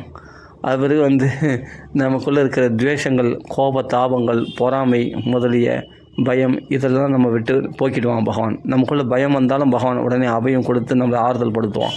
அதே சமயம் கோபம் துவாபம் துவேஷத்தினால மற்றவங்கள இம்சை பண்ணணும்னு நினச்சா அதுக்கும் அடி கொடுத்து பகவான் திருத்துவான். அது மாதிரி ஆசைகள் ஏதாவது நம்மளுக்குள்ளே வந்துடுச்சுன்னா அந்த ஆசையினால் வரக்கூடிய அனர்த்தங்களை பார்க்க சொல்லுவான். அந்த அனர்த்தங்களை பகவான் காண்பிச்சு நம்மளை திருத்துவான். அப்படி தான் பகவான் பண்ணுவானே தவிர, பகவான் நம்ம கேட்ட உடனே கூறிய பிச்சுன்னு கொட்டுவான். குசேலர் காணுகிறோம் எல்லோரும் என்ன நினைப்பாங்க, குசேலர் கொடுத்த மாதிரி நம்மளும் கொடுப்பான். அந்த பழ வியாபாரிக்கு கூட நிறைய ரத்தனங்கள் கொடுத்த மாதிரி பகவான் கொடுத்துருவான். அப்படின்னா நம்ம தப்பாக கணக்கு போடுறோம். அப்படிலாம் கிடையாது. அப்படிலாம் பகவான் வந்து கொடுப்பான்னா அதுக்கு தகுதியானவங்களாக நம்ம இருக்கணும். அந்த மனப்பக்குவம் இருக்கணும். குசேலர் மாதிரி இருக்க முடியுமா? அந்த ஏழைப்பட்ட நிலையிலேயே வந்து பணத்துக்கு ஆசைப்பட்டு வரல. பகவானுக்கு ஏதாவது உபயம் கொடுக்கலாமா? அந்த ஏழ்மை நிலையிலையும் பகவானை சந்தோஷப்படுத்த தான் அவர் நினச்சார். அதனால் அவளை கொண்டு வந்தார். அந்த மனப்பான்மை, பகவானை சந்தோஷப்படுத்தணுன்ற மனப்பான்மை, என்னை சந்தோஷப்படுத்திக்கணும், என் புலன்களை திருப்திப்படுத்திக்கணும் அப்படின்னு நினைக்கிறவங்களுக்கு பகவான் அப்படி கொடுக்கல. குசேலருக்கு எப்படி கொடுத்தாருன்னா, தான் கஷ்டத்தில் இருந்தால், தன் பிள்ளைகள் பட்னியாக இருந்தாலும் பகவானுக்கு ஒரு அப்படி அவளுக்கு கொடுக்கணுன்றா அந்த எண்ணம் இருந்தது பார். அந்த எண்ணத்துக்காக தான் பகவான் கொடுத்தான். அது மட்டும் இல்லை, பல பக்குவங்கள் குசேலர் இடத்துல இருந்தது. அதிகமாக ஆசைப்பட மாட்டார். அவர் கொடுத்தாலும் ஒன்று தான் கொடுக்கணும். ஆனால் பிள்ளைகளை பட்டினி பசியம் போட முடியாது அப்படின்னு சொல்லி யோகக்ஷேமகம் யகம் பகவான் சொல்லியிருக்காங்களே, அதனால் பகவான் காப்பாற்றினான். அதனால் எந்த மனப்பான்மையோடு பகவானிடத்தில் பழகிறோமோ அப்படி தான் நம்ம பகவான் அனுகிரகம் பண்ணுவானே தவிர, வெறும் புஸ்தகங்களை படித்ததுனால் மட்டும் இந்த அறிவை பெற முடியாது. உண்மையான பக்தி பண்ணால் அப்போ பகவான் நம்மளை அனுபவங்கள் மூலமாக பகவான் நம்ம வாழ்க்கையில் ஒன்றாகி விட வேண்டும். ஒன்றாகி விட்டு நம்ம வாழ்க்கையில் நம்ம பகவான் உள்ளே புகுந்து நம்மளை திருத்தணும். நம்மளுக்கு அடி கொடுத்து திருத்துவான். இது மாதிரி அன்பாக சொல்லி திருத்துவான். சாஸ்திரங்கள் மூலமாக திருத்துவான். இல்லை குருமார்கள் சில உபன்யாசங்கள் கேட்பீங்க, உங்களுக்கு தேவையான விடை அங்கே கிடைக்கும். அதன் மூலமாக நம்மளை திருத்துவான். அது நம்ம வாழ்க்கையில் ஒன்றாகி விட வேண்டும் பகவான். அப்படி இருந்தால் தான் நீங்கள் பாகவதம் படித்ததுக்கு அர்த்தம், ராமாயணம் படித்ததுக்கு அர்த்தம். இல்லைன்னா வச்சிங்களேன், அது பாட்டுக்கு வெறும் புஸ்தக படிப்பு புஸ்தகத்தோடு போயிடும். இப்போ நான் என் வாழ்க்கையில் இவ்வளோ அனுபவங்கள் இப்போ நான் சொல்கிறேன், சின்ன அனுபவங்கள் தான் அதெல்லாம். இதுமாதிரி இதை விட பெரிய அனுபவம் நிறைய ஏற்பட்டிருக்கு. இதில் சில விஷயங்கள் தான் நான் சொன்னேன். அதுபோல் அப்பப்போ எனக்குள்ளே அகங்காரம் தலையெடுக்கும் போது, எனக்குள்ளே கோபமோ தாபமோ பொறாமையோ துவேஷமோ எனக்குள்ளே மேலோங்கும் போது பகவான் எனக்கு அடி கொடுத்து பகவான் திருத்துவான். அதனால் பகவான் தான் பரம குரு. அதனால தான் பகவானே குருவாக வைத்து கொண்டேன். எனக்கு இது மாதிரி பல அடிகள் கொடுத்து பகவான் என்னை சிக்ஷித்து பகவான் திருத்தி இருக்கிறான். அதனால தான் இன்றைக்கி யாருக்குமே யார் பேச்சுக்கும் போகாமல், என்ன தான் நம்மளுக்கு பலம் இருந்தாலும் பலவீனமாக இருந்தாலும் நம்மளை ஒதுங்கி போகிறதுக்கு காரணம் அதுதான். அப்போ பகவான் நம்மளை பொறுத்துன்னு போ, அதான் தான் சொல்கிறான் பகவான். பொறுத்துன்னு போகாமல் நீ அவங்களுக்கு சண்டை போட்டு துவேஷம் பாராட்டு இது பண்ணி இருந்ததுன்னா உன் மனசும் உளைச்சல், உனக்கு தான் பிபி அதிகமாகும், உனக்கு தான் நோய்களுக்கு வரும், கஷ்டப்படும், ரத்தம் சூடாகும், தேவையில்லாத பேச்சு. அப்புறமா அந்த துன்பத்தை நீ தான் அனுபவிப்ப. இது தேவையா அப்படின்னு.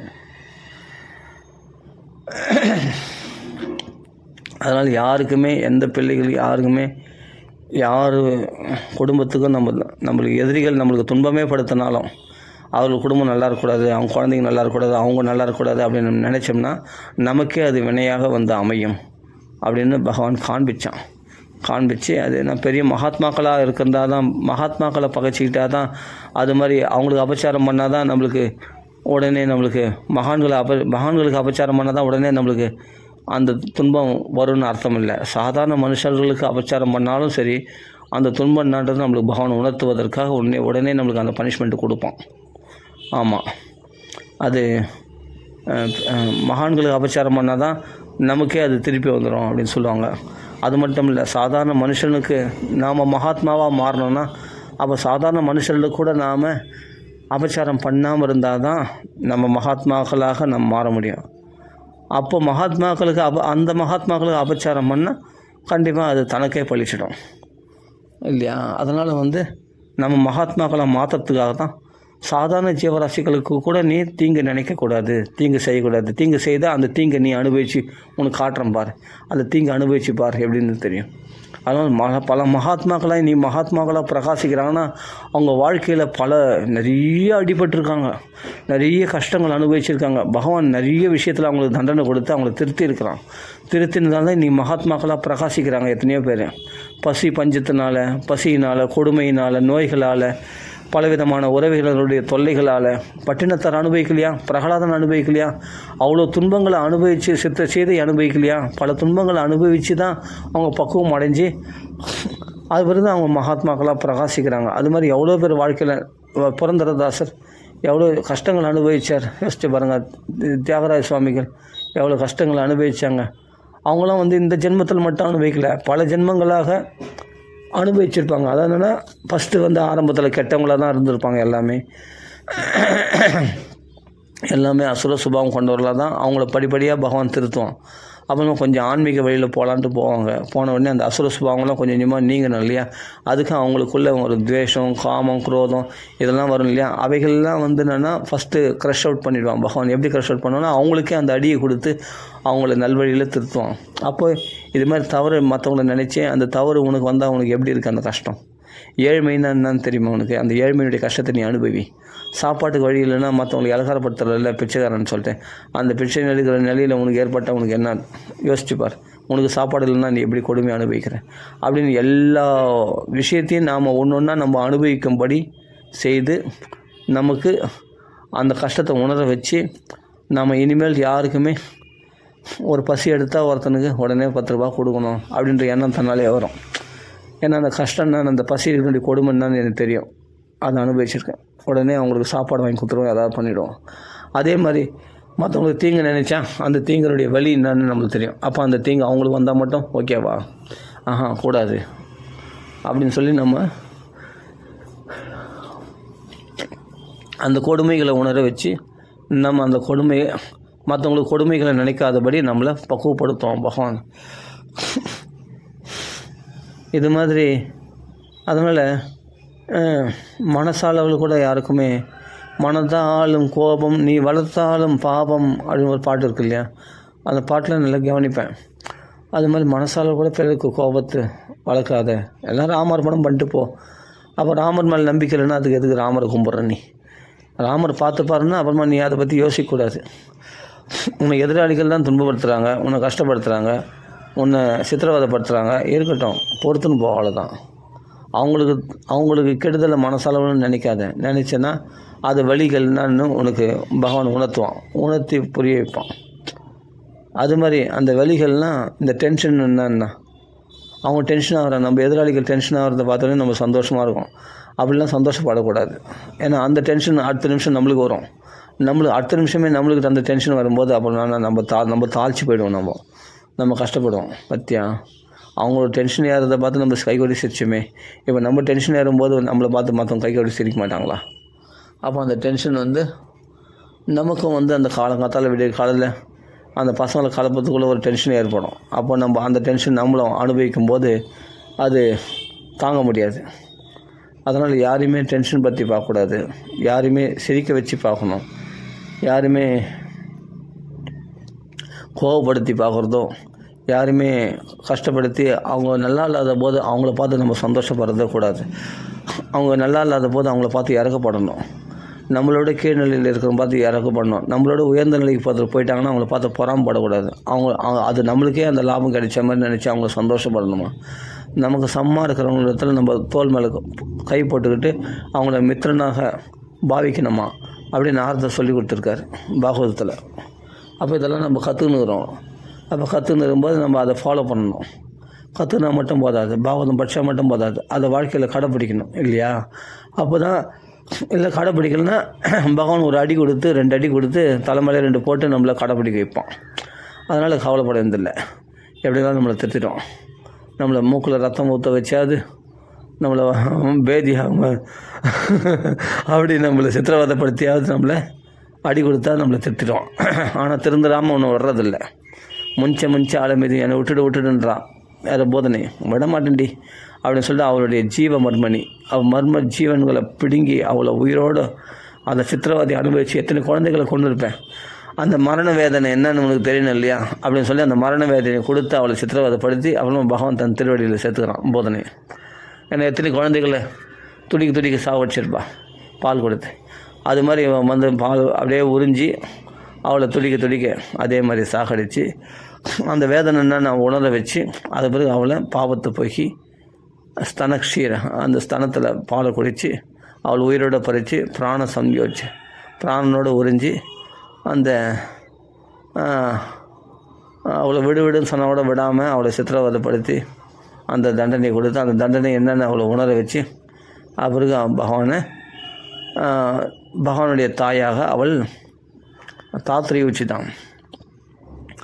அப்படிப்பட்ட கருணை காட்டி அவளை திருத்தி தான் பகவான் அவளுக்கு ஞானம் கொடுத்து அவள் தன் வைகுண்ட லோகத்தை பகவான் சேர்த்துக்கிறான். தன் தாயாக பகவான் சேர்த்துக்கிறான். யார்? அந்த போதனையை இல்லையா?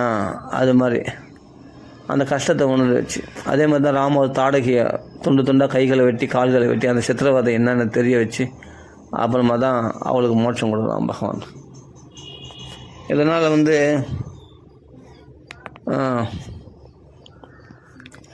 யாருக்கு சேமம்னா நம்மளுக்கு தான் சேமம். நம்மளுக்கு தண்டனை கொடுத்தாலும் பகவான் தண்டனை கொடுக்குறான். பகவான் நல்லது தான். வேறு யாருனா கொடுத்தா நம்ம தாங்க மாட்டோம், நம்மளுக்கு அவமானமாக இருக்கும். ஆனால் பகவான் பண்ணால் அவமானம் கிடையாது. அதனால் நம்மளுக்கு கஷ்டமும் நீங்குது. நம்மளை பகவான் திருத்துறான். அப்போ நம்ம யாரையாவது சபித்தோம்னா இல்லை யாருக்காவது நம்ம தண்டனை நினச்சோம், யாருன்னா கெடுதல் நினச்சோம்னா அந்த கெடுதல் என்னன்றது நம்மளை பகவான் உணர்த்தி நம்மளை திருத்துறான். பத்தியா, இதுதான் பகவான் செயல். இப்போ உனக்குள்ளே கெட்ட எண்ணம் உண்டாகுமா? எப்போ போதுண்டாப்பா பட்டதெல்லாம் எவ்வளோ அவஸ்தைப்பட்டேன், சித்திரவதைப்பட்டேன், இல்லைன்னா மனசால் கூட ஒருத்தருக்கு தீங்கு நினைக்க மாட்டேன். ஏன்னா பகவான் உள்ளேருந்து பார்த்துனுக்குறானே ஹிருதயத்துலேருந்துன்னு. அவனுக்கு மறைச்சிட்டு அவனுக்கு மறைமுகமாக நான் எந்த தவறும் பண்ண முடியாது. அவனை தவறாக கூட நினைக்க முடியாது யாரை பற்றியும் அப்படின்னு சொல்லி உடனே என்ன பண்ணுவான் பகவான்? அப்போ நம்மளை மனசை வெளிச்சமாக வச்சுருப்பான். அப்புறம் நீ இருட்டில் இப்போ இல்லை, ஏன்னா பகவான் பார்த்துன்னு இருக்கிறான்ற ஒரு சாட்சியில் சாட்சிக்கு பயந்துன்னு, அந்த மனசாட்சிக்கு பயந்துன்னு, மனசாட்சியாகி கிருஷ்ணனுக்கு பயந்துன்னு நீ இருக்கிற இல்லையா? மனசுக்கு சாட்சியாக நீ மனசு கெடுதல் நினைக்குதா நல்லது நினைக்குதான்ட்டு அதுக்கு சாட்சியாக மனசாட்சின்னு சொல்கிறேன் இல்லையா? அந்த மனசுக்கு சாட்சியாக கிருஷ்ண பரமாத்மா இது பார்த்துனுக்குறான் அப்படின்னு நினச்சின்னு நீ நடந்துக்கிறல்ல, அப்போ பகவான் உன்னை திருத்திட்டான்னு அர்த்தம். அப்போ நீ வெளிச்சத்தில் நடக்கும்போது மனசில் இருட்டு வரதுக்கு வாய்ப்பு கிடையாது. உனக்கு கெட்ட ஆசைகளோ மற்ற ஆசைகளோ வரத்துக்கு வாய்ப்பு கிடையாது. அந்த ஆசைகளால் வரக்கூடிய விபரீதங்கள் என்னென்னு உணர்த்தும். இப்போது பணத்தாசையினால் என்ன விபரீதங்கள் வருதுன்னு எல்லாம் தூரத்துலேருந்து பார்க்கும்போது நல்லா தான் இருக்கும். பணத்தாசை, பெண் ஆசை கூட தூரத்துலேருந்து பார்க்கும்போது அழகாக தான் இருக்கும். ஆனால் அது மனசில் இருக்கிற குப்பைகள் யாருக்கு தெரியும்? அதுக்குள்ளே இருக்கிற கெட்டெண்ணங்கள்லாம் யாருக்கு தெரியும்? அவளோட வாழ்ந்து பார்த்தா தான் தெரியும். வாழ்ந்து பார்க்குறவங்களுக்கு தான் அந்த அனுபவங்கள் தெரியும்.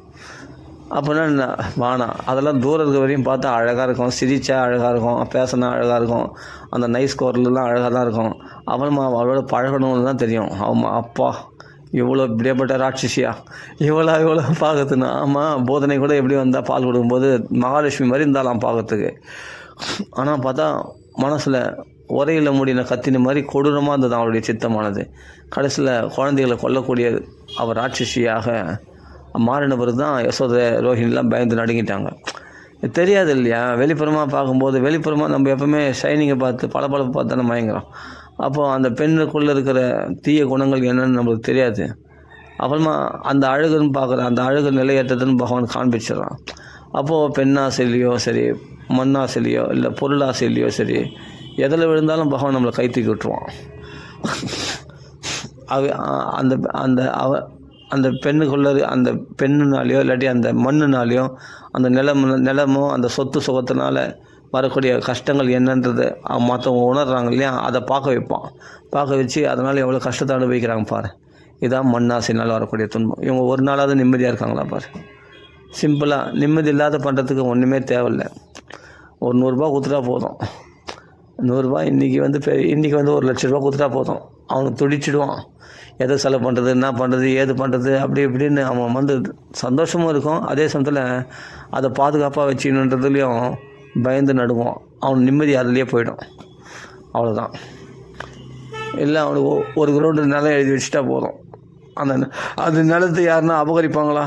யாருன்னா வந்து அங்கே வந்து கொட்டா போட்டா அந்த நிலத்தில் இல்லீகலாக கன்ஸ்ட்ரக்ஷன் வந்து அபகரிச்சிட்டா அதை நினச்சி பயப்படுவான். ஏன்னா அவனுக்கு சொத்து வந்துச்சு. இப்போது ஒரு கிரவுண்டு சொத்து வந்துச்சுன்னா உடனே 1/4 கிரவுண்டில் ஒரு கிரவுண்டு கொடுத்துருக்கான்னு வச்சுக்கேன். அதை வந்து வேறு யாருன்னா அபகரிக்காதபடி அவன் காம்பவுண்ட் சோறு போட பார்ப்பான், இது பண்ணி பார்ப்பான். யாருன்னா வந்து அதில் வந்து ஏன்னா கொட்டா போட்டால் உடனே அவங்கள போய் சண்டை போடுவான். இவன் நிம்மதியை கெட்டுணும். இது உங்களை தப்பாக விற்றுருக்குறாங்க. இவ்வளோ அந்த ஒரு கிரவுண்டில் வந்து எனக்கு 1/4 கிரவுண்டு எங்கள் பக்கம் இருக்குது, அது எங்களுக்கு வர வேண்டியது, என் பத்திரத்தில் ஏற்பாடு இருக்குது அப்படின்னு சொல்லிட்டு அவன் வந்து நம்மள சண்டை போடுவான். ஆள் தான் அவன் அந்த ஒரு கிரவுண்டு இல்லாத போது இருந்த நிம்மதியானது இப்போ இருக்காது அவனுக்கு. அந்த 1/4 கிரவுண்டுக்காக போய் கோர்ட்டுங்க கேஸுமாக அலைவான், சண்டை போடுவான். ஏன்னா விட்டு கொடுக்க முடியாது. ஏன்னா இந்த ஒரு கிரவுண்டு தானே எனக்கு எழுதி கொடுத்தா, நம்ம விலை கொடுத்து வாங்கியிருக்கேனே, இத்தனை லட்சம் கொடுத்து நான் வாங்கியிருக்கேனே, இத்தனை கோடி ரூபாய் கொடுத்து நான் வாங்கியிருக்கேனே, அது என்னமா விட்டு கொடுக்க முடியும்? அவனுக்கு ஒன்றும் இல்லை, அந்த ஒரு கிரவுண்டுனால அவனுக்கு வரணும்.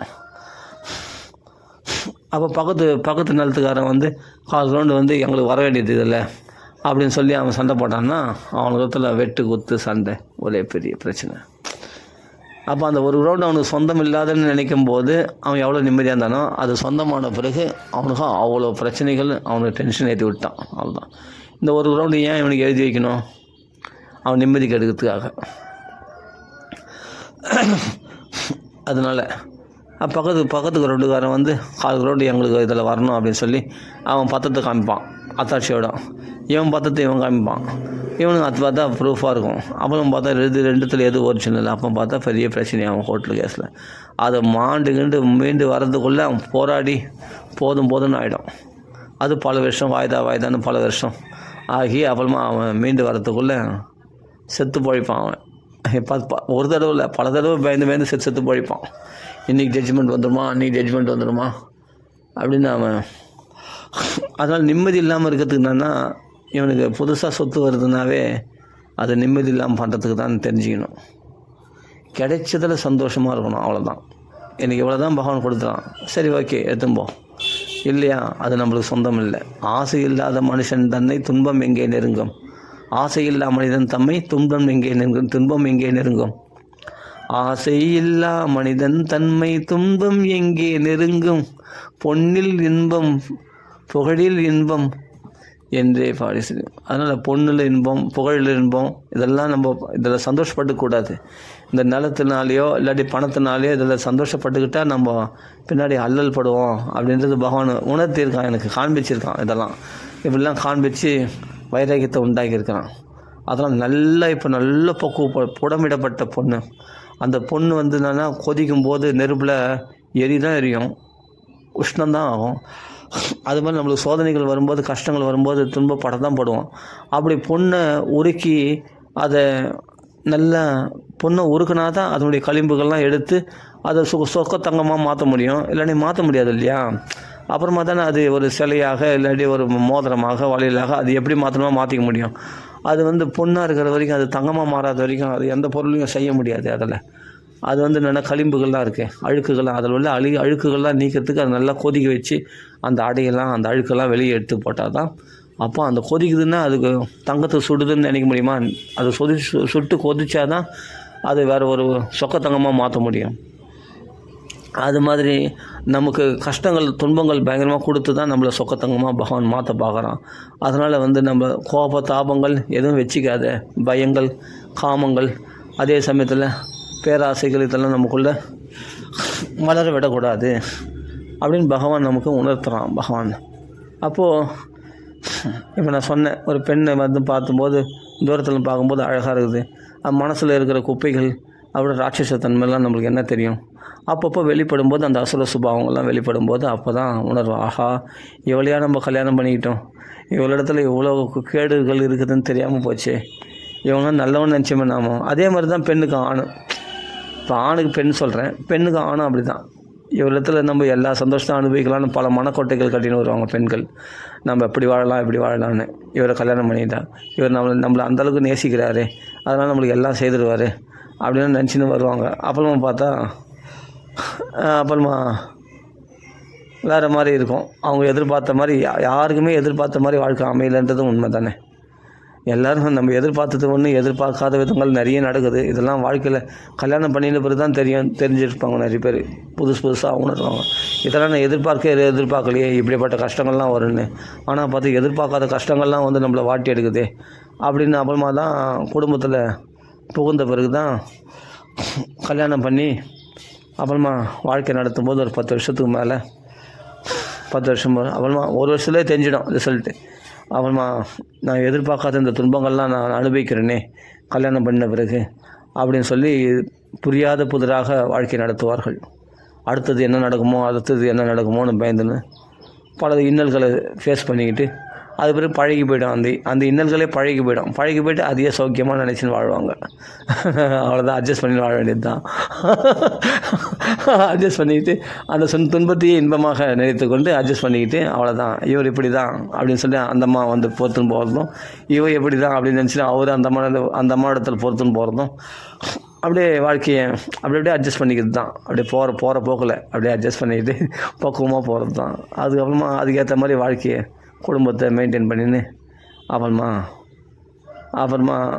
ஏன்னா எடுத்தவுடனே ஒரு ஆணை பற்றி பெண்ணை பற்றி ஆணும் புரிஞ்சிக்க முடியாது இல்லையா? பழக தான் புரிஞ்சுப்பாங்க. புரிஞ்சுக்கிட்ட பிறகு அப்புறமா இவ்வளோ தான் இவருடைய கெப்பாசிட்டி, அதே மாதிரி அவருக்கும் இவ்வளோ தான் இவருடைய தராதரம் அப்படின்னு அவரும் புரிஞ்சுக்கிட்டு அப்படியே குடும்பம் நடத்துகிறாங்க இல்லையா? ஆனால் ஆரம்பத்தில் தூரத்துலேருந்து பார்க்கும்போது ஆஹா ஓஹோ அப்படி இப்படின்னு எதிர்பார்த்ததெல்லாம் இன்றைக்கி குப்பையாக தோணும். அதெல்லாம் இல்லை, அப்படிலாம் இல்லை. அதான் சொல்லுவாங்க, கல்யாணம் பண்ணிப்பார் வீட்டை கட்டிப்பாருன்னு இல்லையா? அதுதான். அதனால் எல்லாமே வந்து ஆரம்பத்துலலாம் பார்க்கும்போது இப்படிலாம் அப்படி இருப்பாங்க இப்படி இருப்பாங்க, அவங்க ரொம்ப நல்லவங்க தங்கமானவங்க, உருகி அப்படி அன்பு காட்டுவாங்க. கடைசியில் வாழ்ந்து பார்த்த பிறகு தான் தெரியும் எவ்வளோ கஷ்டங்கள் இருக்குதுன்னு. ஆனால் இதெல்லாம் எதுக்காக சொல்ல வரேன்னா, இந்த ஆசைகளை விடுவதற்காக. இந்த ஆசைகள் வந்து இளைஞர்களுக்கும் சரி, வாலிப பசங்களுக்கும் சரி, நம்ம அடியன் சொல்கிறது என்னென்னா, நான் சொல்லலை, பாகவதம் சொல்கிறது தான். எல்லாமே ஆரம்பத்தில் அமிர்தம் மாதிரி நிற்கும், பின்னாடி விஷமாக மாறக்கூடியது ரஜோகுணத்தின் சௌக்கியம். அதெல்லாம் சாத்விகமான சௌக்கியம். என்னென்னா ஆரம்பத்தில் கஷ்டமாக இருந்தாலும் பின்னாடி அது அமிர்தமாக இன்றைக்கூடிய சாத்விகமான இன்பம். அதுதான் பக்தி இன்பம். பகவத் விஷயத்தில் வந்தால் தான் உண்மையான சந்தோஷம் இருக்குது. இங்கெல்லாம் இந்த உலகத்தில் இருக்கிற சௌக்கியங்கள்லாம் சக்கை பிழிஞ்சு எடுக்கப்பட்ட வெறும் சக்கைகள் தான் இருக்குது. வெறும் சக்கையில் வந்து என்ன சந்தோஷம் இருக்கும்? ஜூஸ் தான் இங்கே இருக்குது. ரசமாலயம் பாகவதம் பகவானிடத்தில் தான் உண்மையான சந்தோஷம் இருக்குது. மற்றதுலாம் உண்மையான சந்தோஷமே கிடையாது. நாத்தம் அடித்த சந்தோஷம்தான் இருக்குது, வேறு ஒன்றும் இல்லை. அதனால் அர்த்தத்தை விட அனர்த்தம் தான் அதிகமாக இருக்குது உலகத்தில். அதை புரிஞ்சிக்கிட்டு யார் இடத்துலையும் துவேஷம் பாராட்டாமல் எல்லா இடத்துலையும் அன்பு காட்டணும்னா போய் அன்பு காட்டுறேன்னு போய் அவங்கள போய் அன்பு காட்டுறேன்னு போய் சொல்லிக்கிறது இல்லை. மனசளவில் அன்பு காட்டணும். நீங்கள் வெளிப்புறமாக நீங்கள் நல்லா பேசலாம் கூட பரவாயில்ல, மனசளவில் பிறருக்கு தீங்கு மனசளவு கூட நினைக்கக்கூடாது. ஏன்னா மனசாட்சியாக தானே பகவான் இருக்கிறான். கிருஷ்ணன் பரமாத்மாவாக இருந்து மனசாட்சியாக இருந்து பார்த்துன்னு இருக்கிறான். அவனுக்கு உண்மையாக இருக்கணும். அவனுக்கு நம்ம உண்மையாக இருந்தால் போதுமானது. வெளிப்புறமாக வேஷம் போடுறது வேணாம். நான் வெளிப்புறம் உள்ளுக்குள்ளே வந்து அவங்களுக்கு கெட்டதாக நினச்சின்னு வெளிப்புறமாக சிரிச்சுக்கிட்டு உங்களை தான் எதிர்பார்த்துன்னு இருந்தேன், நீங்கள் எப்போ வரீங்கன்னு அப்படின்னு. அவங்க வரவே கூடாதுன்னு எதிர்பார்த்துருப்பாங்க வீட்டில். அவங்கள வாங்க உங்களை தான் எதிர்பார்த்துருந்தேன் அப்படின்னு பொய்யா ஒரு வேஷம் போகிறாங்க பார்த்தியா. இதை தான் பகவான் உடனே கண்டிப்பான், உடனே அடி கொடுப்பான். அப்படி இருக்கக்கூடாது. மனசளவில் அவங்களிடத்துல அவங்களும் வந்து ஒரு மனுஷால் தானே, நம்மளை மாதிரி மனுஷால் தானே அவங்களும். அவங்க வட்டம் வந்தால் சந்தோஷம்தான் அப்படின்னு நினைக்கணும். வெளிப்புறமாக வேணால் அவங்களிடத்துல சாதாரணமாக இருக்கலாம், நான் அன்பாக கூப்பிடலாம். அப்போது உள்ளும் வெளியும் ரெண்டு பக்கமும் மனசுலேயும் அவங்கள நல்லதாக நினச்சி வார்த்தையினால அன்பான வார்த்தையில் பேசணும்னா ரொம்ப சந்தோஷம்தான். இல்லை வாரி பூசிக்க வேணாம், ரொம்ப ஆஹா ஓஹோன்னு அவங்கள கொண்டாட வேணாம். மனசளவில் அவங்களுக்கு எந்த தீங்கு நினைக்காமல் இருந்தாவே போதுமானது. அதுவே அவங்களுக்கு பண்ணுற நல்லது. ஃபஸ்ட்டு அதையாவது ஃபாலோ பண்ணணும் கண்டிப்பாக. இல்லை ரெண்டு விஷயத்துலையும் நம்ம ஃபாலோ பண்ணால் வாக்காலையும் மனசாலையும் செயலாலையும் நம்ம உண்மையாக இருந்துட்டோம்னா, எல்லாருக்கும் நன்மையை நினச்சோம்னா நம்ம வாழ்க்கை செழிப்பாகவே அமைய நிச்சயமாக பகவான் காப்பாற்றுவான். அதனால் பகவான் திருத்துற மாதிரி உலகத்தில் யாருமே திருத்த முடியாது. இன்றைக்கி இந்த அளவுக்கு நம்ம அடியன் மாறி இருக்கனா பகவான் திருத்தன் தான். ஆரம்ப காலகட்டத்தில் எல்லாருக்கும் வரக்கூடிய கோபம் தாபங்கள், எல்லாத்துக்கும் வரக்கூடிய வார்த்தைகள், தப்பான வார்த்தைகள் எல்லாமே அடியனுக்கு வந்தது தான். எல்லோரும் மாதிரி தான் நானும் இருந்தேன். எல்லோரும் மாதிரி தான் கோவப்படுவேன். எல்லோரும் மாதிரி தான் திட்டுறதுக்கு கோவப்படுறது, மற்றவங்களுக்கு தீங்கு நினைக்கிறது. நம்மளுக்கு தீங்கு நினைக்கிறாங்கன்னா நம்ம ஏன் தீங்கு நினைக்கக்கூடாது அப்படின்னு நம்மளுக்கு இருக்கிறது. நம்மளாம் வந்து வலுக்கட்டாயமாக யாரையும் போய் தீங்கு நினைக்கல. நம்மளுக்கு இம்சை பண்ணுறாங்க, அதனால் நம்ம மற்றவங்க இம்சை வரணும்னு நினச்சேன். உண்மைதான், மனசுக்கு இம்சை வரணும்னு நினச்சேன். அந்த இம்சை கட்சியில் எனக்கே வந்து சரியான அடி கொடுத்தான் பகவான். அடி கொடுத்து மற்றவங்களுக்கு இம்சை மனசால் கூட நினைக்காத அப்படின்னு நம்மளை திருத்தினான். அதனால் வம்புன்றது என்னென்னா, நாமளாக போகிறது மட்டும் வம்பு இல்லை, மற்றவங்களுக்கு நம்மளை தேடி வராங்க, வம்புக்குன்னே சண்டைக்கு வராங்கன்னா பரவாயில்ல, வரட்டும். இன்றைக்கி என்னன்னா எல்லாம் ராமார்ப்பணம் மஸ்து, அதெல்லாம் நீ பார்த்துக்கோ. மற்றவங்க நல்லதுன்னு நினைக்க வேணாம், மற்றவங்க கெடுதலையும் நினைக்க வேணாம். ஃபஸ்ட்டு அந்த நிலைக்கு முதல்ல வரணும். அதுக்கு பிறகு நல்லது நினைக்கிற அளவுக்கு நம்ம ப்யூரிஃபை ஆகணும். பக்குவம் அடைஞ்சிட்டா அவங்களும் எல்லாருக்கும் நல்லதே நினைப்போம். அடுத்த நிமிஷத்தில் நமக்குள்ளே இருக்கிற அந்த துவேஷம்லாம் போகல இல்லையா, மனசுள்ள கஷாயம் அது வெந்து சாம்பல் ஆகலையே. அப்படின்னா மறுபடியும் கோபம் வரதான் செய்யும். திருப்பி கோபம் வரும், திருப்பி சாந்தப்படுத்துவோம், திருப்பி கோபம் வரும். பகவான் ஒரு அடி கொடுத்து திருத்துவான், மறுபடியும் கோபம் வரும். அப்புறமா பக்குவம் ஆடிவோம். அப்புறம் பக்குவம் அடைஞ்ச உடனே ஒரு டைமில் நம்ம சொக்கத்தங்கமாக பிரகாசிப்போம். அந்த கழிவுகள்லாம் கொஞ்சம் கொஞ்சமாக நீக்கப்படும். மனசுள்ள அழுக்குகள்லாம் நீக்கப்பட்ட உடனே அந்த ஆத்ம ஞானம் பிரகாசிக்க ஆரம்பிக்கும் போது அந்த பகவத்கீதை பள்ளிலாம் படித்து அப்போது நம்மளுக்கு யாருக்குமே தீங்கு நினைக்க மாட்டோம். அதுக்கு பகவான் வேணும் கண்டிப்பாக. பகவான் தான் அந்த பக்குவப்படுத்துறது. பகவான் குருவாக இருக்கணும். அப்போ தான் அந்த பாகவதத்துக்குள்ளே நம்ம பிரவேசிக்க முடியும். அதனால் வாழ்க்கையில் ரொம்ப கஷ்டப்பட்டவர்கள், நிறைய துன்பங்களை அனுபவித்தவங்க தான் பாகவதத்துக்குள்ளே பிரவேசிக்க பக்குவமானவர்கள் அப்படின்னு தெரிஞ்சுக்கணும்.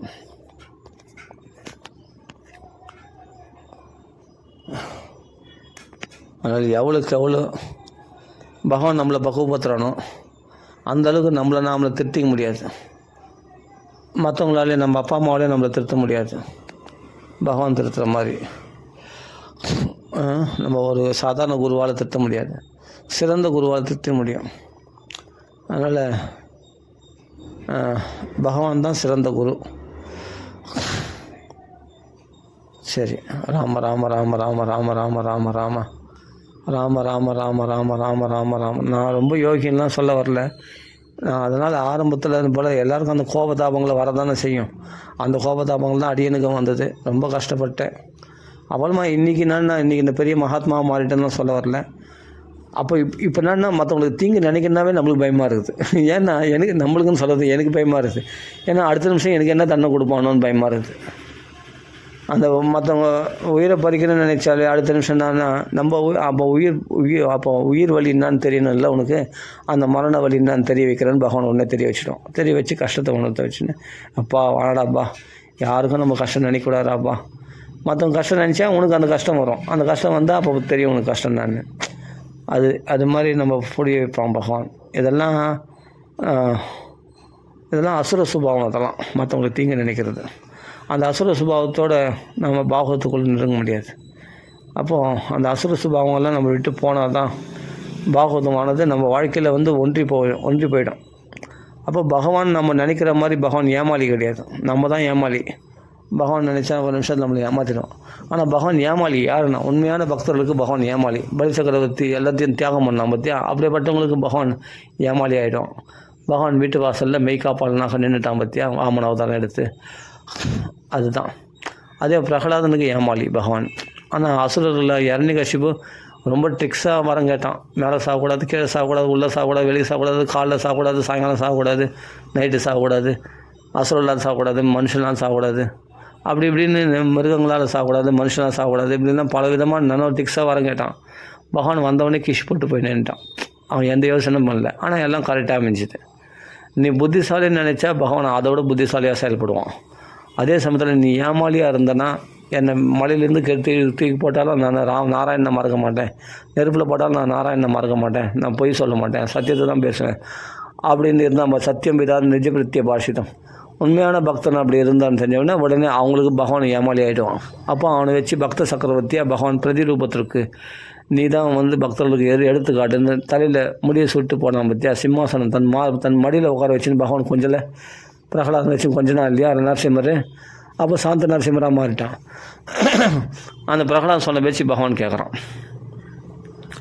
எந்த தேவரெல்லாம் 33 கோடி தேவர்கள் நடுங்கினாங்களோ நரசிம்மரை பார்த்து, அந்த பிரகலாதன் பேச்சை கேட்டுன்னு வரம் கேட்டு நான் வர கேள்ட்டேன், நான் கொடுக்குறேன் அப்படின்னு. வரம் கேட்குறதுக்கு இல்லாடி எங்கள் அப்பந்தான். அவங்க கதி என்ன நிலையம் ஆகிப்போச்சு பற்றியா, நீ வரம் கேட்கணும், நீலாம் ஒரு நல்ல எஜமானா நீ அப்படின்னு திட்டுறான். பகவான் கம்முனுக்கிறாரு. நரசிம்மர் கம்முன்னு வாயை பொத்தினுக்கிறாரு. நீலாம் ஒரு எஜமானா, எனக்கு வரம் கேளுன்னு எனக்கு ஆசையை தூண்டி விட்றேன், பிரலோபையன்னு. அப்போ எனக்கு ஆசையை தூண்டி விட்றியா, அது மாதிரிலாம் நான் வரம் கேட்க மாட்டேன், புரியுதா.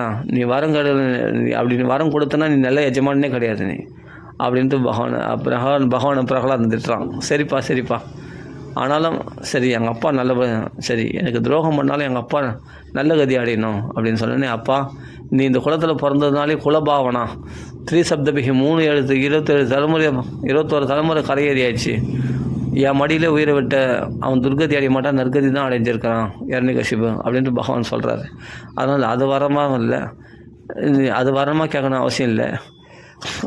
ஆனாலும் நீ ஒரு பக்த சக்கரவர்த்தின்னு நிரூபிக்கிற, உனக்கு தீங்கு செய்தவனுக்கு நல்லதுன்னு நினைக்கிறியே, அப்படியேப்பட்ட நீ பிரதிரூபத்திற்கு எல்லா பக்தர்களுக்கும் நீ உதாரண புருஷனாக இருப்பேன் அப்படின்னு சொல்லி பக்த சக்கரவர்த்தியாக முடிச்சுட்டார் நரசிம்மமூர்த்தி. அப்போ இதெல்லாம் பார்க்குறோம் இல்லையா, நம்ம இந்த பாகவத்தை படிச்சுட்டு நம்ம மற்றவங்களுக்கு தீங்கு நினைக்கலாமா. மரணத்தையே உண்டாக்கணும், இரண்யகசிபுவும் நல்லா இருக்கணும், நல்ல கதி அடையணும் அப்படின்னு பிரார்த்தனை பண்ணால் இல்லை பிரகலாதன். அதான் நிர்வைராய பிரசாந்தாய ஸ்வசுதாய மகாத்மனே அப்படின்னு சொல்கிறேன். நிர்வைராய யாருக்கும் விரோதவாதத்தை பாராட்டாத பிரகலாதன் தான் நம்மளுக்கு எடுத்துக்காட்டு. அந்த பக்குவம் உடனே வந்துடாது. நம்மளுக்கு வரலன்னா பகவான் சில அடிகளை கொடுத்து நல்ல தண்டனை கொடுத்து நம்மளை திருத்திடுவான். இல்லைன்னா நம்மளே திருந்திடணும் அதுக்குள்ளே நல்லபடியாக. இல்லை அடி கொடுத்து தான் திருந்தோன்னா அடி கொடுத்து திருத்துவான். அவங்கள்ட்ட நம்மளை திருந்தாமல் நம்ம பகவான் விட மாட்டான். நம்ம பாகவதம் படிக்கிறோன்னா, ராமாயணம் படிக்கிறோன்னா நிச்சயமாக நம்ம அடி கொடுத்து பகவான் திருத்திடுவோம். நம்ம கெட்டெண்ணங்களோடு பகவான் நம்மளை வாழ விட மாட்டான். பகவான் நம்மளை கெட்டெண்ணங்களோடய வாழ விட மாட்டான். வாழ விட்டால் நீ பாகவதம் தொட விட மாட்டான். ஒன்று பாகவதம் தொடறன்னா உன்னை கெட்டெண்ணங்களோடு நீ வாழக்கூடாது. அப்படி இல்லைன்னா பாகவதம் நீ தொடக்கூடாது. ஆனால் பகவான் தன் பக்தரில் கைவிட மாட்டான். பாகவதத்தை தொடாமலாம் இருக்க விட மாட்டான். பாகவத்தை எப்படியா நீ தொடணும், ஆனால் நீ கெட்ட எண்ணத்தோடு வாழக்கூடாது, உனக்குள்ளே நல்லெண்ணம் உண்டாகணும் அப்படின்னு சொல்லி பகவான் என்ன பண்ணால் சிப்ரம் பௌதி தர்மாத்மா, சீக்கிரமாக உன்னை தர்மாத்மாவாக உன்னை திருத்தி நல்வழிப்படுத்துவான். சாதுரேவச்ச மந்தவியா, அது சாது என்றே கருதப்படும்படியே பகவான் உன்னை பண்ணிவிடுவான்.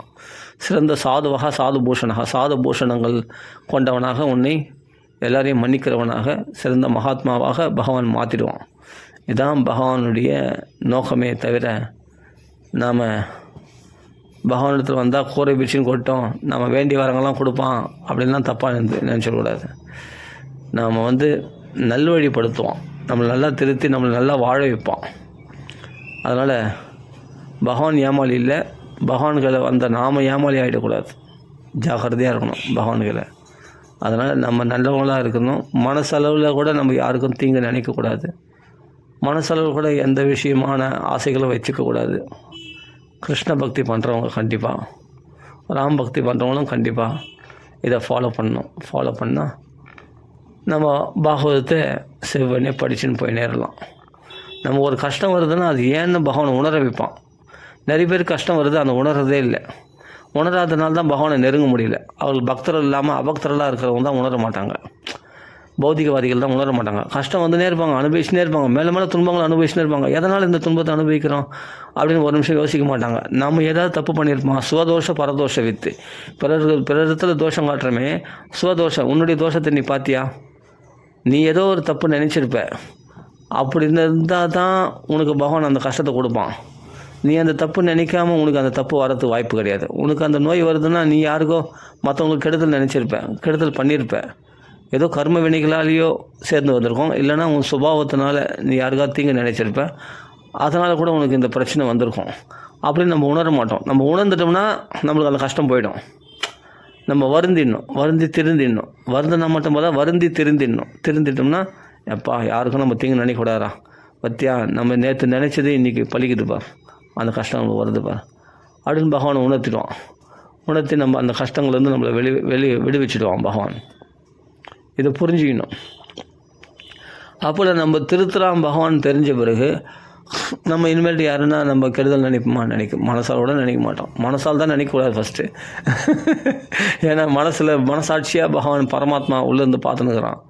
அப்போ அவனுக்கு மறைவாக நீ எதுவுமே செய்ய முடியாது, எந்த குற்றத்தையும் செய்ய முடியாது. அவன் சாட்சியாக இருந்து பார்த்துன்னுக்குறான். அப்போ கிருஷ்ணா நீ காப்பாற்றுப்பா, ராமா நீ காப்பாற்றுப்பா அப்படின்னு இன்றைக்கி நான் அடியன் சொன்னது நல்ல உபன்யாசமாக இருந்திருக்குன்னு, எல்லாருக்கும் பிரயோஜனமாக இருக்குன்னு நான் நினைக்கிறேன். ரொம்ப நல்லது, ரொம்ப சந்தோஷம். நிச்சயமாக இதான் அடியனுடைய அனுபவம். நான் பட்ட கஷ்டம்.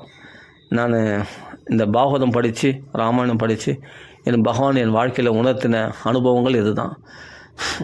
இன்னும் என்னென்ன உணர்த்துவானோ தெரில, அது பகவானுக்கு தான் தெரியும், பகவானுக்கு தான் வெளிச்சம், அவ்வளோதான்.